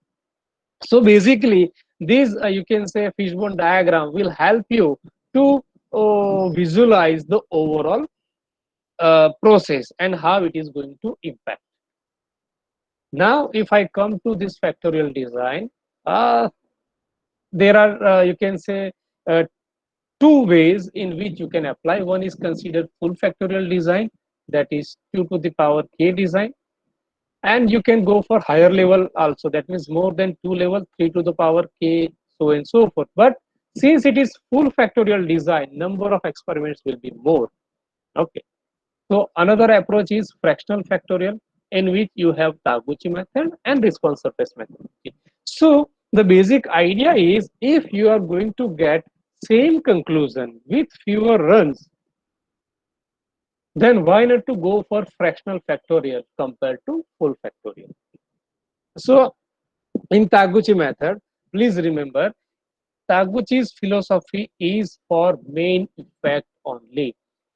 What Taguchi says that if you are able to control the main factors or main effect, then the interaction effect will be taken care of automatically. Taguchi method does not provide any model, please remember that, but it works on the principle of variation. Okay, so over here, the deviation from your average is given more importance. Over here, you will have a minimum number of run. Over here, you can save your time. Over here, you can quickly get the outcome. Okay, but no interaction, no model. Okay, but you will find some software that are overcoming this philosophy, that interaction study is not possible, but there are softwares available with the help of which you can go for that interaction study also. And the another approach is RSM, that was there in your, I think, first day session, where you have learned about RSM. Quite popular methods are box Rankin design and central composite design. And main thing is you are able to go for interaction studies. You are able to develop the model. Prediction is possible. So these are the advantage, and you get beautiful graphs. So whoever is checking your thesis or manuscript gets impressed. Okay, so but still RSM is also quite popular. Taguchi method, you will see uh, quite popular when you are having less number of factors. Okay, why that I will tell you. So Taguchi method, a robust design, and as I told you, the concept of Taguchi was based on the quality. Quality is measured as the total loss to society caused the product. So the philosophy of Taguchi was on quality, but that quality from consumers or customers perspective. Okay, so traditional DOE, as I told you, it focused on how different design factors affect the average result, while Taguchi's factorial design focus on variation. Okay, so variation is more interesting to study than the average. And why it is called robust design? Because the philosophy prepares the design and analyze the data such that it becomes insensitive to noise. Noise means the values which are hard to control. So what are the noise factors? When there is you can say a change in the product quality because of environmental variation, like पहले ऐसा होता था that if I buy you can say salt, okay, then in monsoon season that lump or agglomerates are formed of that salt. अब नहीं होता है ना. That means that environmental impact on the product is now nullified. So that is what called noise is there, but my product is not getting affected. Similarly, it was the case with sugar also. If you buy, you can say sugars of lower quality, you may end up with that agglomerates. But if it is my experience, if I have bought from Madhur, then it was good. So environmental variation. And second one is manufacturing variation. I have bought the equipment today and it was put in use. So since it is for first few years, since it's a newer one, its performance will be up to the mark. Then after a certain period of time, because of wear and tear, its performance may get affected. So I need to keep a check on that. And its performance should not affect my impact. So I will design the system such that these two variations are getting nullified.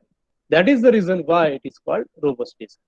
So in this Taguchi also, there are three, you can say, steps. One is called concept design, another is called parameter design, and finally, it is tolerance design. Concept design means comparison between two methods, which one is more preferable. Parameter design means I have one process or a method. Now I am optimizing that. Then comes tolerance design. I have optimized the design. Now I will vary around that process parameters and I will check. Suppose I have 70 degree centigrade as a desirable temperature. By chance, 70 changes to 68, what will happen? 70 changes to 72, what will happen? This is how I will set the tolerance limit. Okay, so these three steps are there, but major focus of the Taguchi was on parameter design. Rest, you will get an idea by with the help of literature or experience. So let us talk about quality from Taguchi's perspective.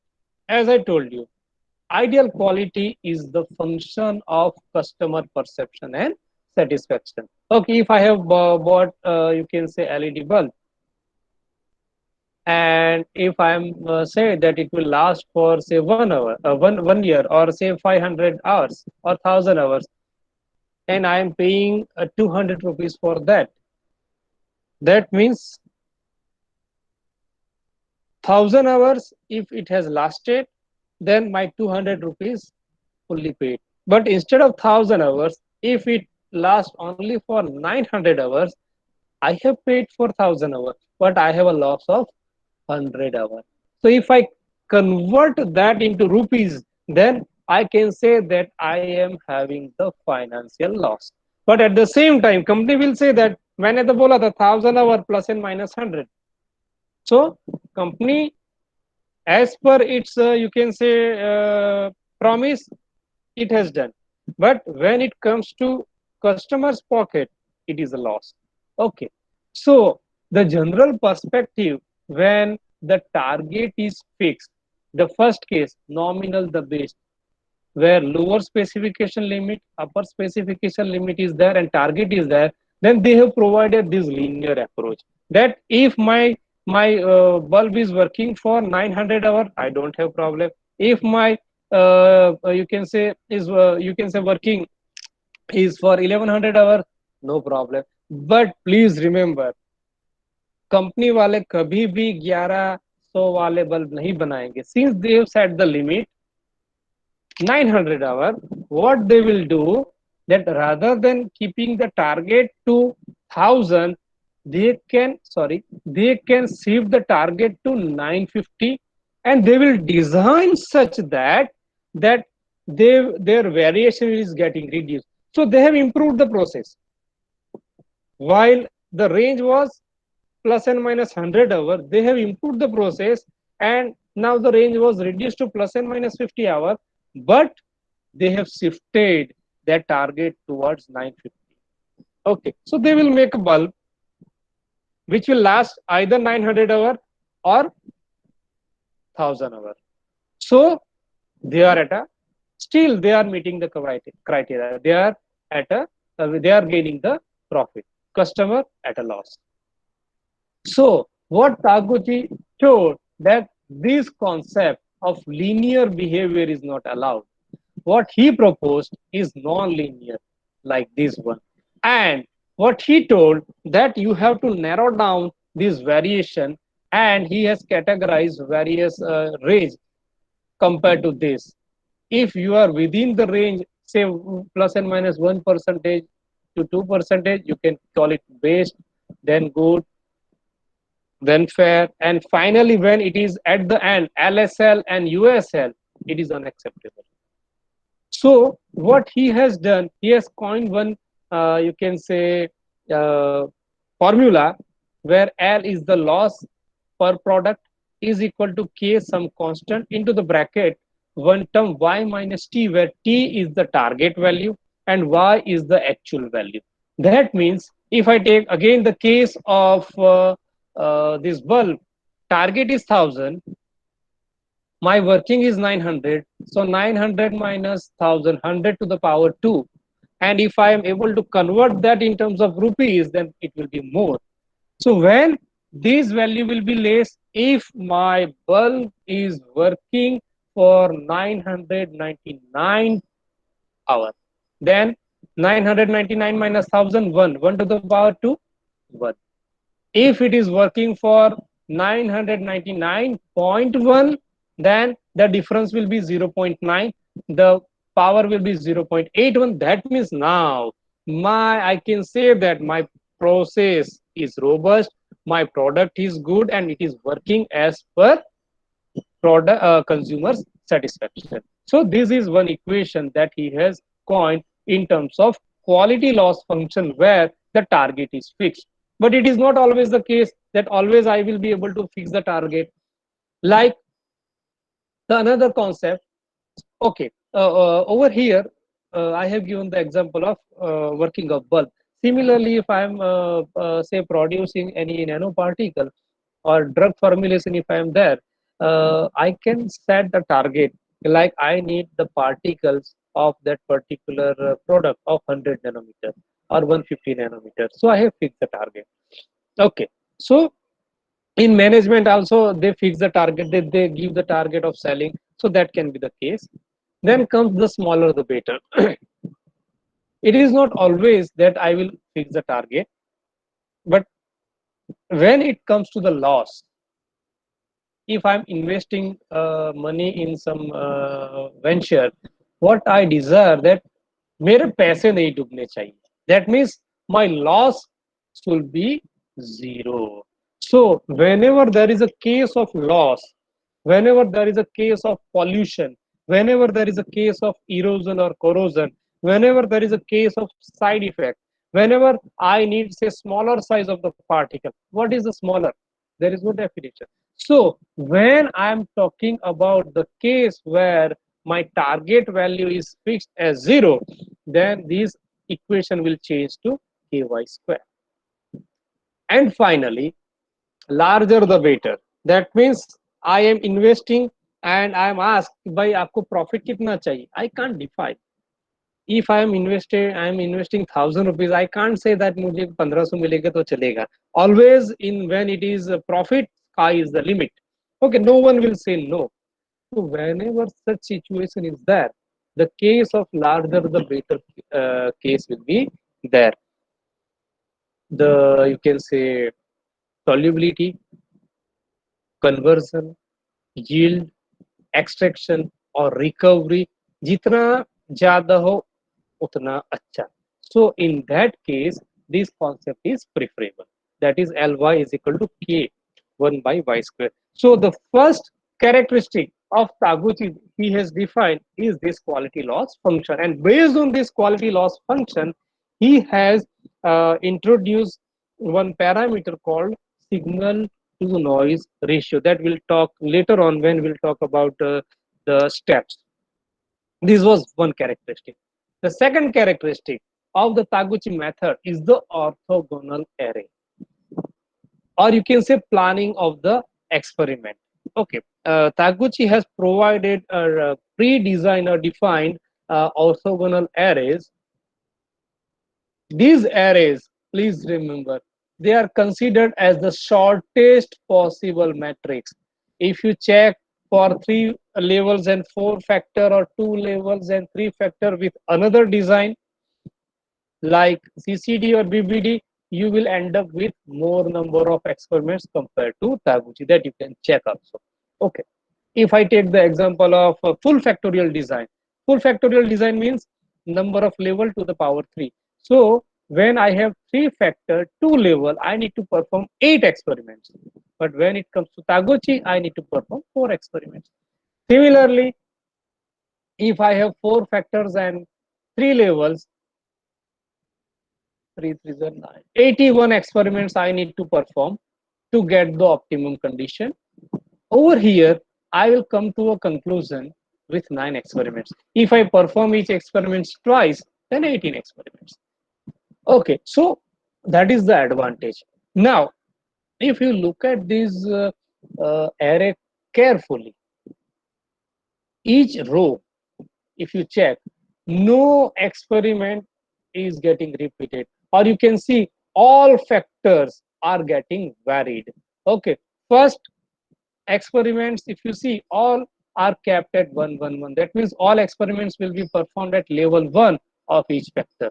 Then for 2, x1 is 1, rest are changed. Now this change which is made is also balanced in nature. Why it is called orthogonal array? So we will see the variation in vertical manner as well as horizontal manner. To understand it more, you can see easily, I will take the help of L4 array. We have 4 experiments. Okay. Now, if I focus on x1, it is varied 2 times. First 2 experiments, they are kept at level 1. Then next 2 experiments, they are kept at level 2. So x1 was varied equal number of time. 2 experiments for 1 level, 2 experiments for 2 levels. Similarly, if you look at x2, then experiment number 1 and 3 at level 1, while rest at level 2. Similarly, x3, 2 experiments at level 1, 2 at level 2. That means the variation in the variable is balanced. It is not like 3 experiments at level 1 and 1 is at level 2. No, variation is balanced in vertical manner. Now, if I look at horizontal one, I will focus on level 1 for factor x1. So when I am fixing these 2 experiments, level 1 factor x1, what is happening if I focus on experiment 1? Other variables are kept at level 1 for experiment 1, while in experiment number 2 they are kept at level 2.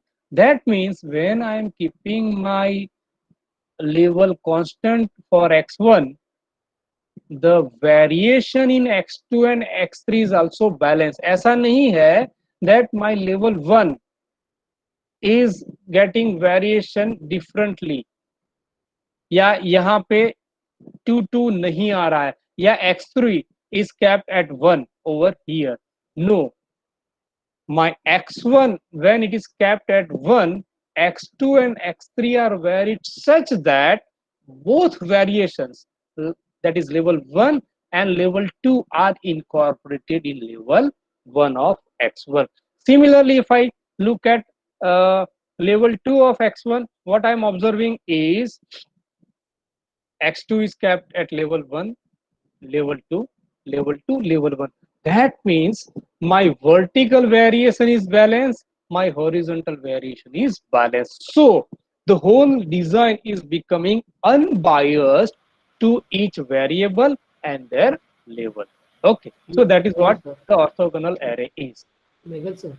Yes, Sir, in L4, 2 raised yes, to 3 orthogonal array, yes. there should be one experimental run Uh, which should have all the three uh, variables at higher level. It means 2, 2, and 2.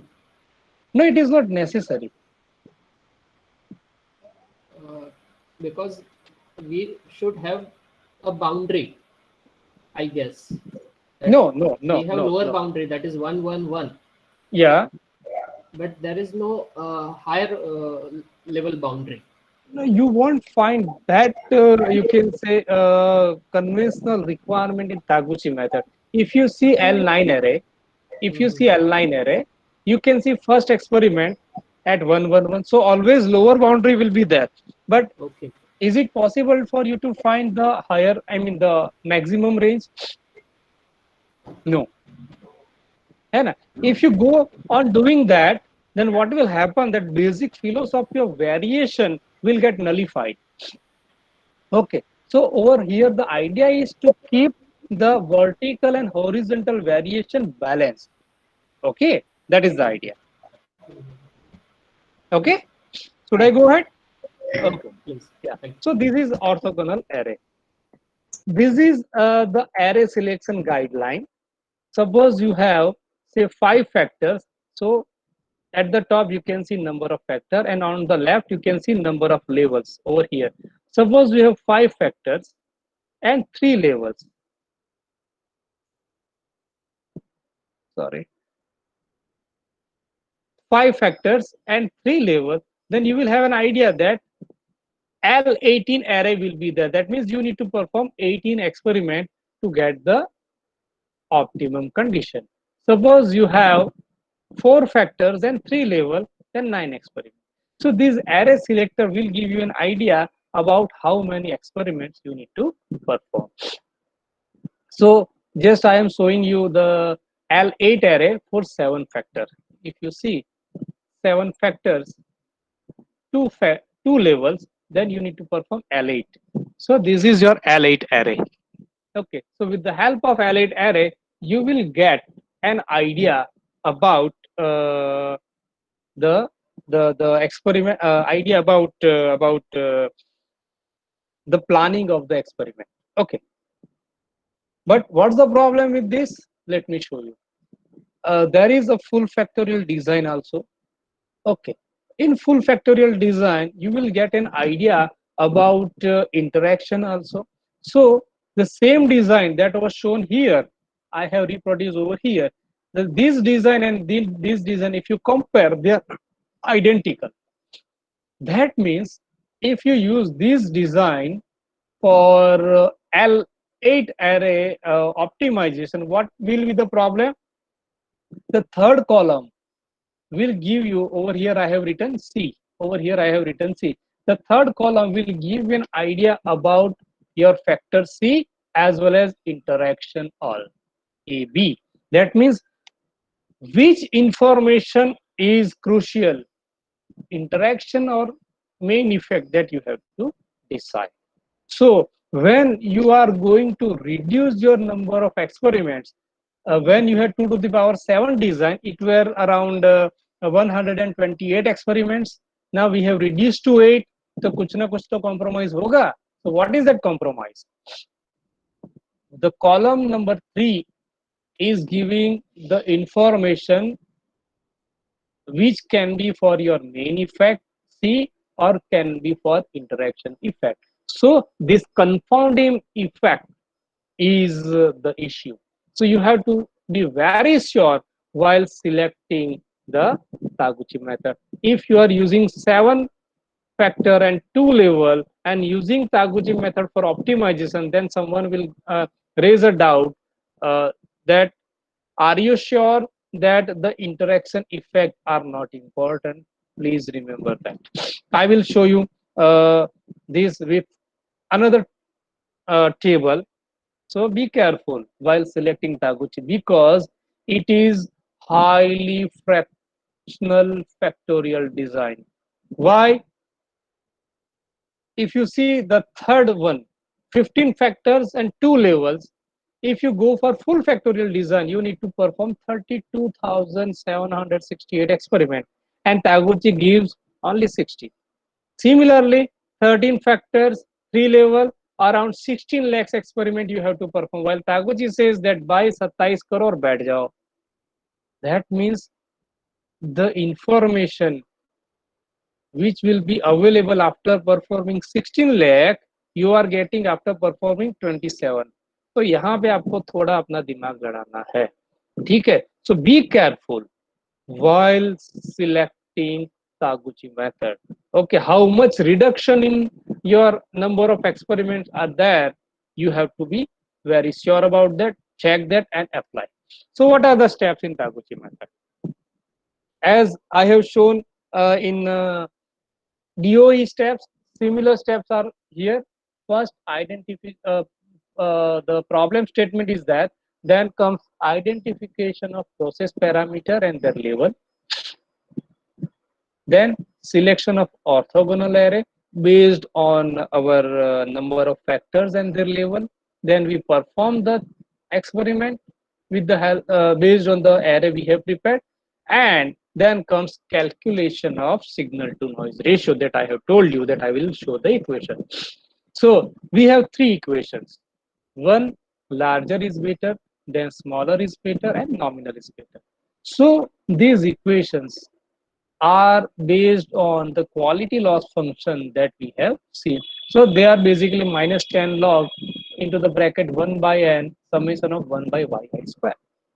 So n is number of repetition for that particular experiment. Yi is the outcome, yield, or the response of that particular experiment. Okay. Please remember, when we apply RSM, these deviation will not be there. Over here, over there, we find only average value. Okay. What you can do, if you would like to check, suppose you have performed an experiment and the size of the particle, suppose you got is one experiment will give you 100 nanometer, another is giving you 200 nanometer. The average is 150 nanometer. Okay. So just find out signal to noise ratio for that.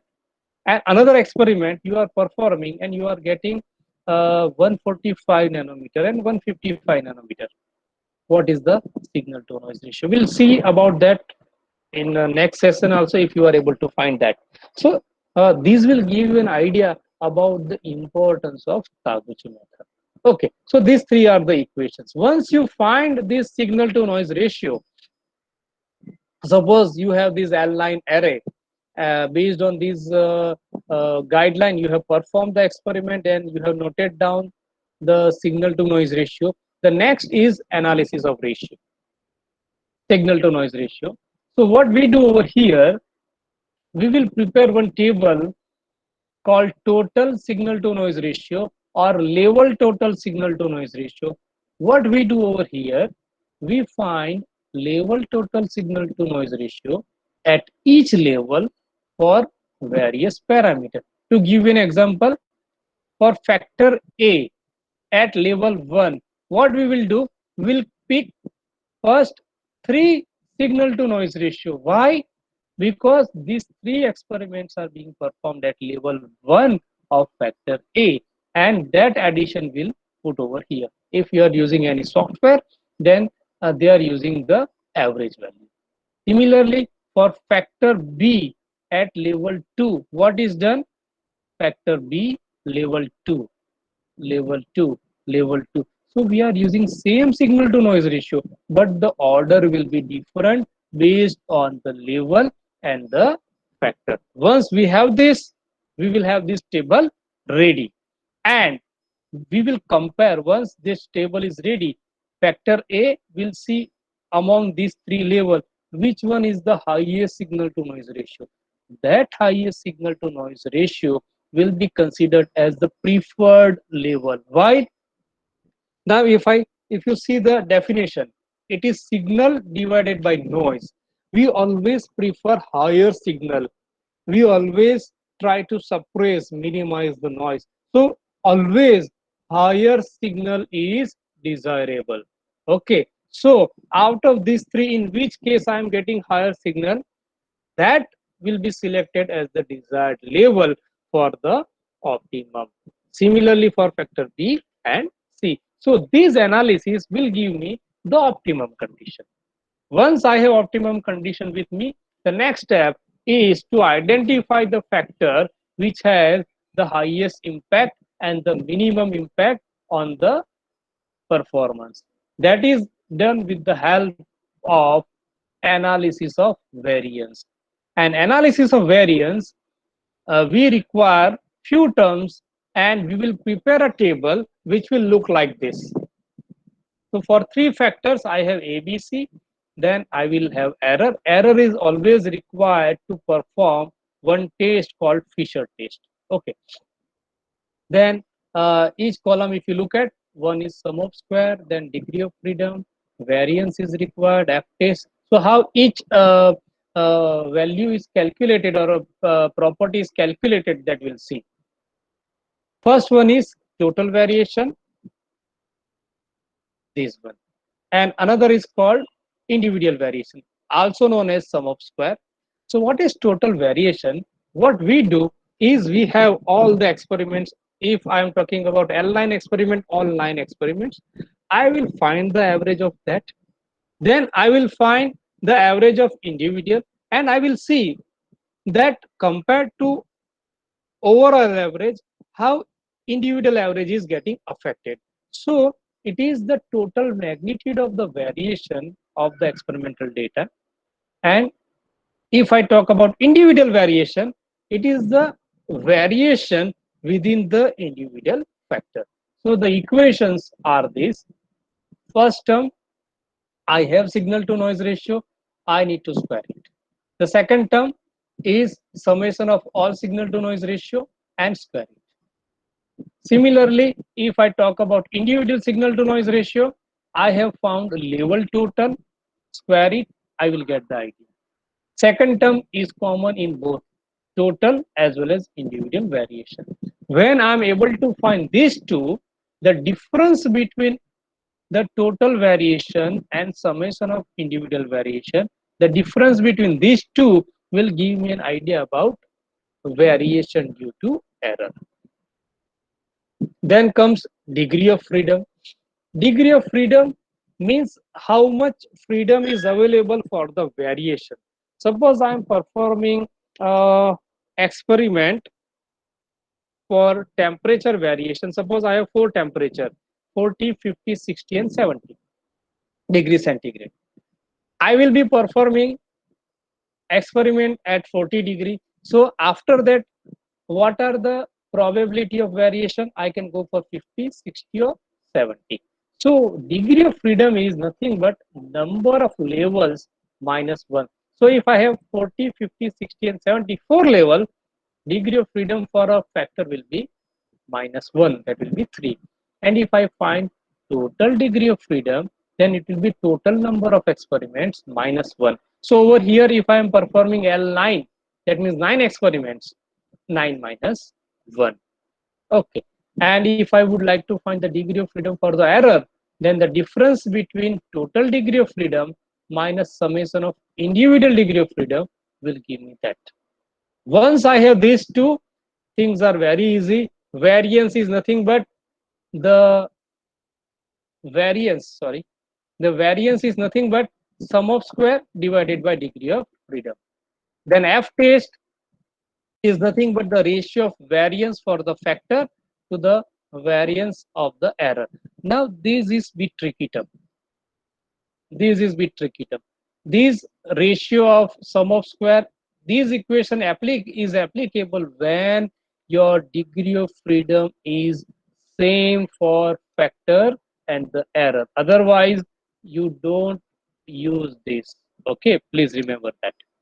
Once you have this, then the final one is percentage contribution. Percentage contribution is how we find usually. individual factor divided by total variation. Once it is done, whatever I have, you can say optimum condition achieved initially, I will perform around that and I will get the verification.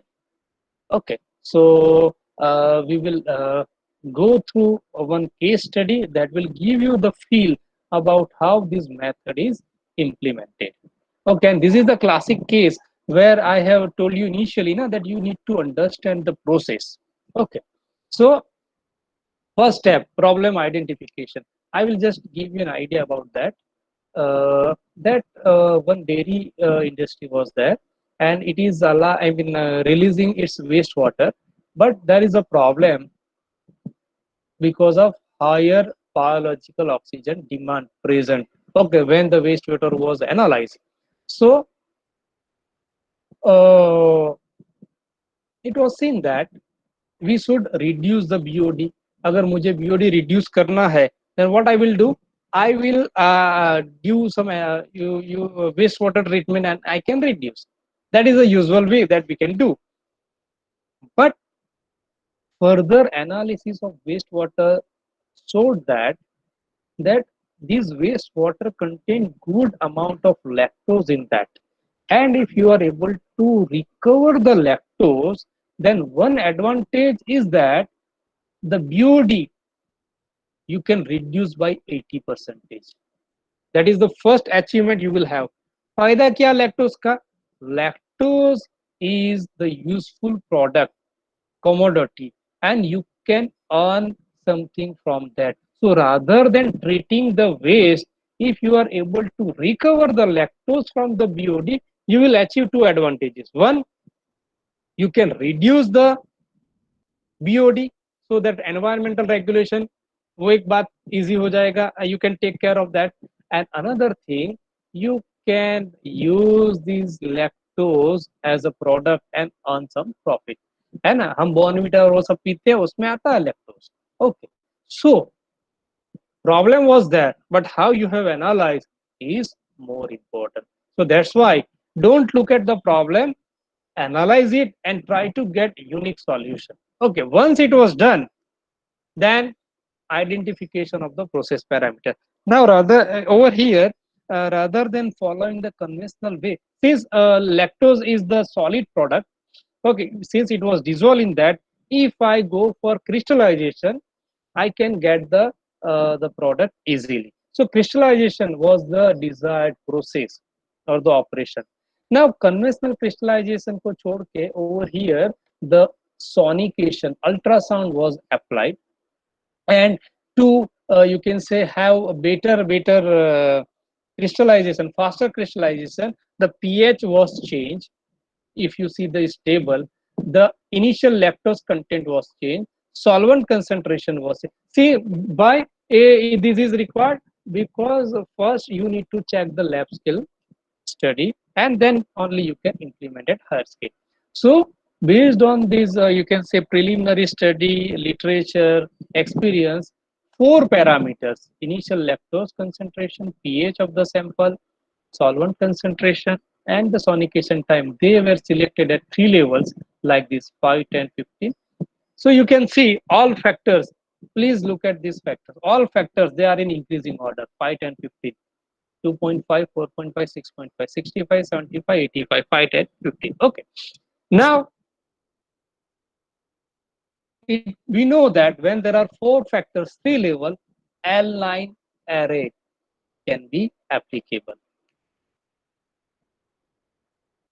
Okay. So what was done? That array was prepared, and instead of 111, you can write the physical value of this, like 5% lactose, 5-minute extraction time, 2.5 pH.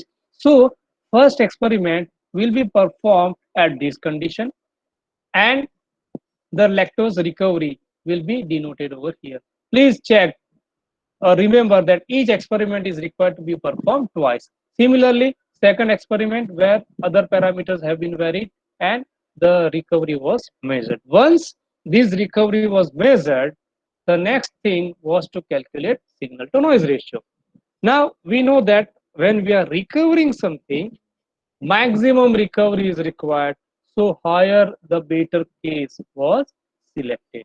So if you look at this equation and the first value, then it is minus 10 log 1 by 2 y2, number of repetitions are 2, into the bracket, first value 32.1, another value 34 point, okay, just a typing mistake, it is 04. And once this value have been substituted, the equation gave us the value 30.0. Okay, 30.0 at some type, 30.38, sorry, yeah, 30.38. Okay, so similarly I can find other values. That means now my array is ready with signal to noise ratio. First task, I have calculated signal to noise ratio by substituting these two into one. If I give you another way of understanding this, I have merged two responses into one value with a condition that variation or deviation in the result is analyzed. Okay, so I have one value. Now I need to analyze that to find optimum condition. So what we need to do there for that? Level total each factor at a particular level. So if I am focusing on factor A, level 1, then first three signal to noise ratio, summation of these three will give me A1. Similarly, if I am focusing on factor B, then as highlighted over here, experiment number 1, its corresponding signal to noise ratio, experiment number 4, corresponding signal to noise ratio, experiment number 7, corresponding signal to noise ratio, they are added to give us the level total signal to noise ratio. Similarly, for other factors I can find, for other levels I can find. And now if I analyze, what I will get out of three levels, for factor A, level 3 is giving me highest value. Level 3 for B, level 2 for C, and level 3 for D is giving me the highest value. That means if I am able to perform my experiment at this level, I will get the highest yield. Please remember that. And this is my optimum condition. Now, this tabulated information you can show through the plots also. And as I show you, the optimum condition, same are repeated over here, 6.5, 15%, 70%, 30%, 40%,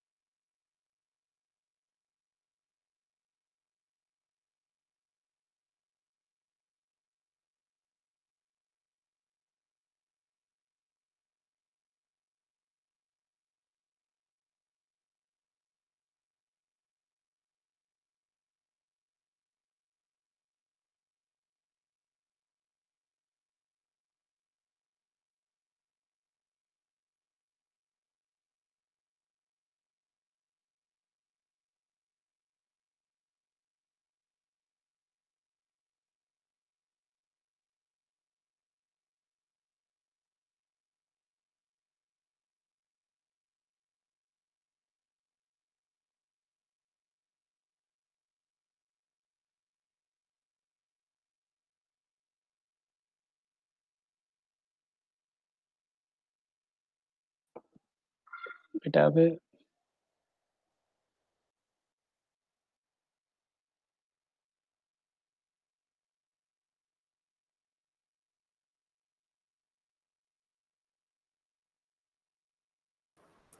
Hello? hello, just a minute. That power cut has occurred. Just give हाँ me few minutes. Yeah, हाँ yeah. हाँ वांदो नहीं वांदो नहीं वांदो Yeah, नहीं yeah.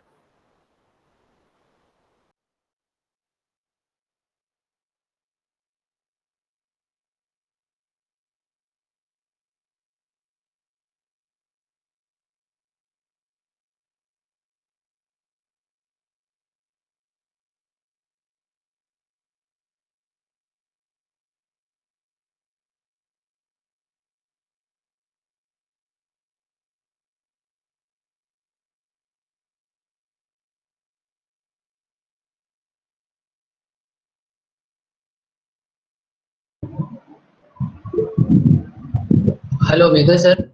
कुछ नहीं, हाँ फुरकान हाँ, बात हो गया, वो कट हुआ है वो जस्ट वो पावर कट हुआ है, that's why. Just give me. No हाँ, issue. या.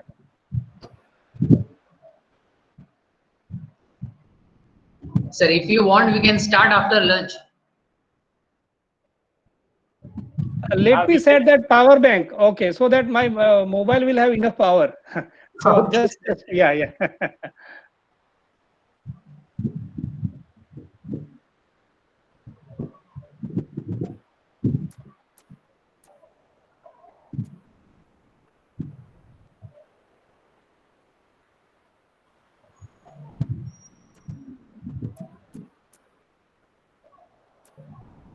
Okay.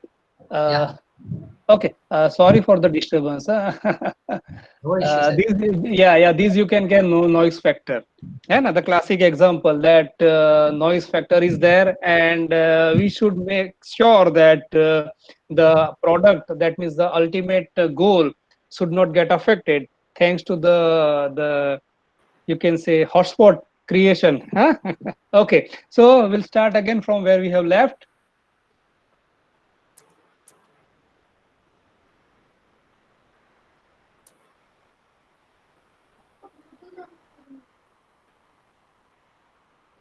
Okay, the visible, is it visible? yes sir. Yes, it Okay, is okay. visible. So we have talked about this signal to noise ratio and how we can calculate the level total, and the same information you can plot for better visualization. And the optimum condition that I have shown, 6.5 pH, 15 percentage lactose concentration, 75 percentage acetone amount, and sonication time is 15.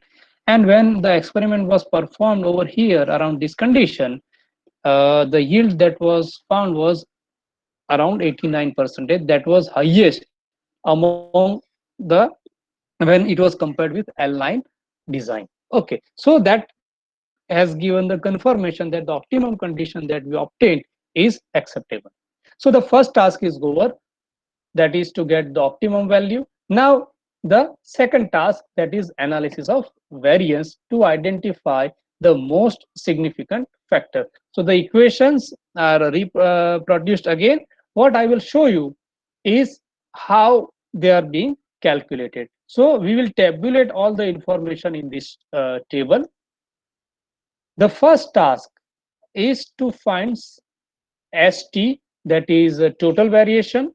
So two terms are there, where the second term CF is, since it is common, it was found first. As you know, it is the summation of signal to noise ratio and its square. So it is the summation is square divided by number of experiments. Over here they are 9. So the value we got.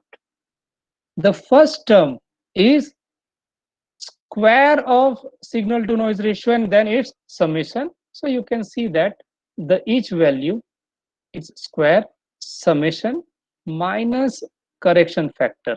So this value will give us total variation. Okay, 67.68. Now comes level total. So in level two, when we have focused on ST total variation, then L9 and its corresponding signal to noise ratio were considered. When our focus is on individual variation, then we will utilize the information of level total. So it is A1 square plus A2 square plus A3 square. Why this one? A1, A2, A3, because three levels are there. Its square 107.75, 106.31, and 110.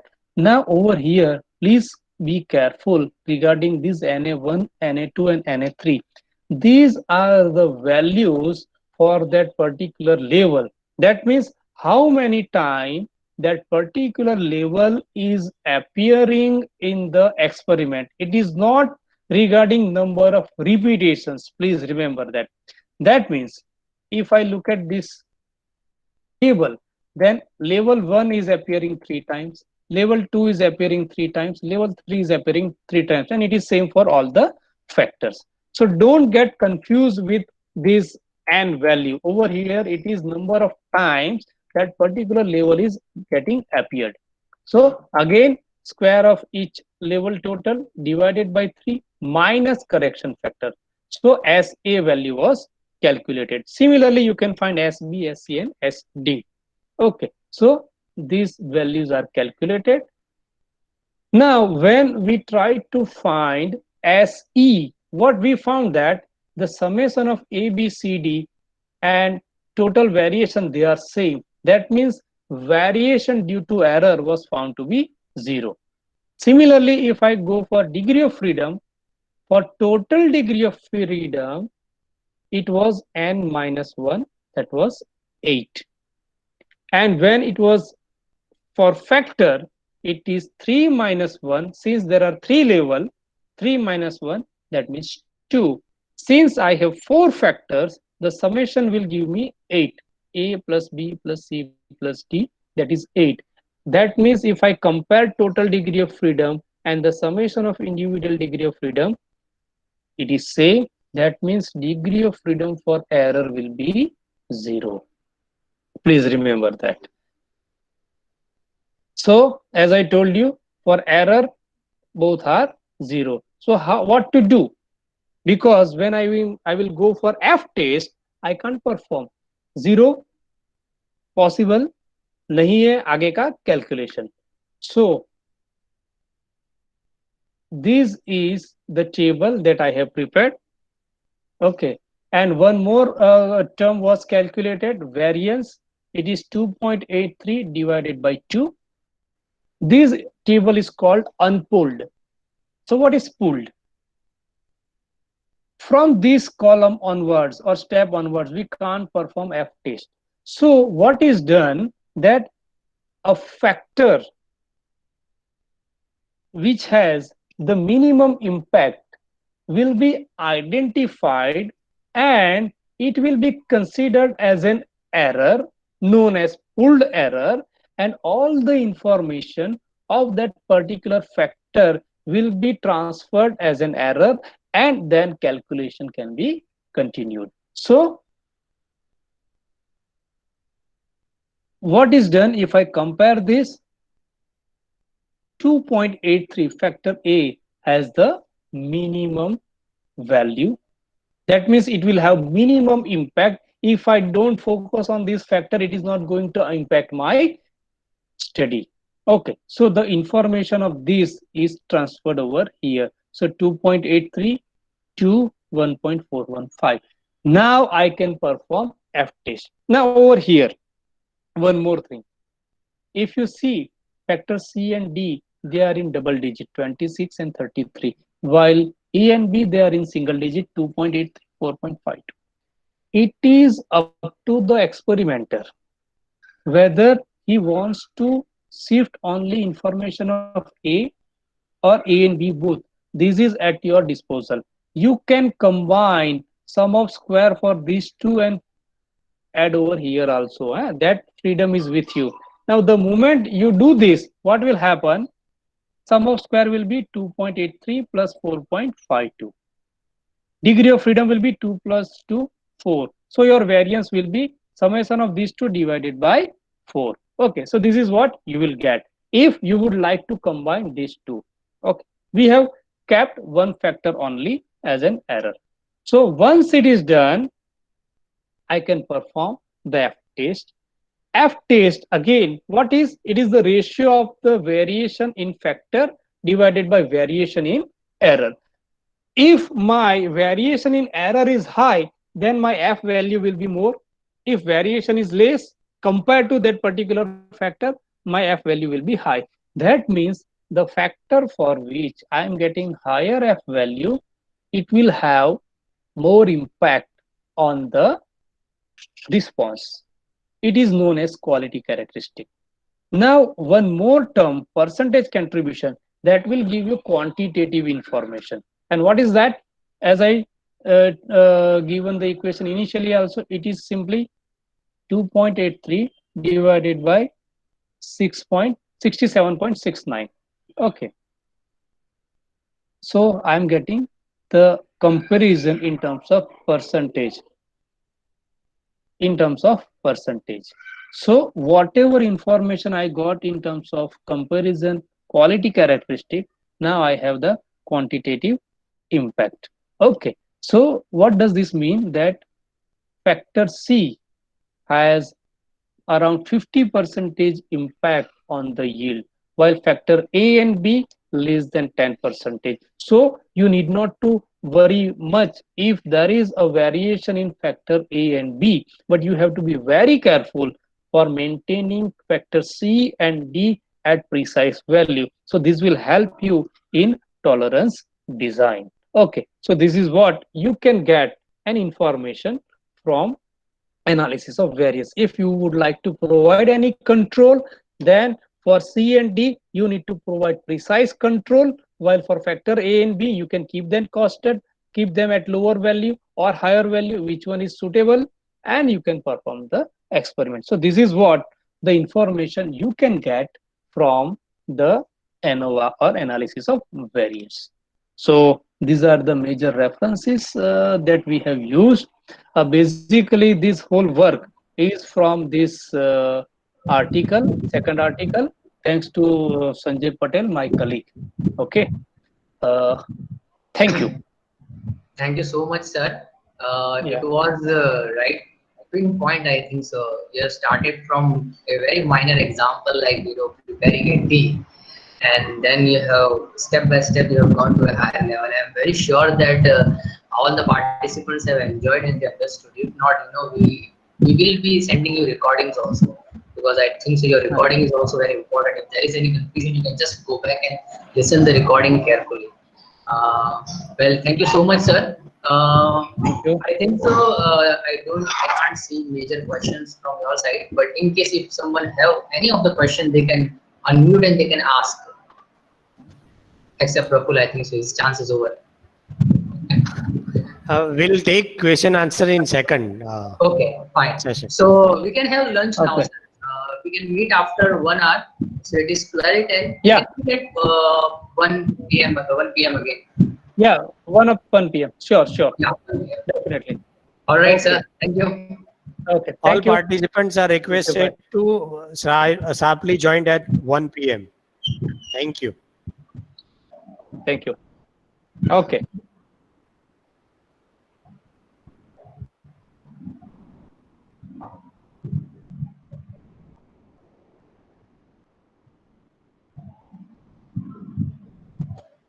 Muskan sir same link है, जी sir. Same link पे ही join करना है. जी sir, बिल्कुल. Sure sir.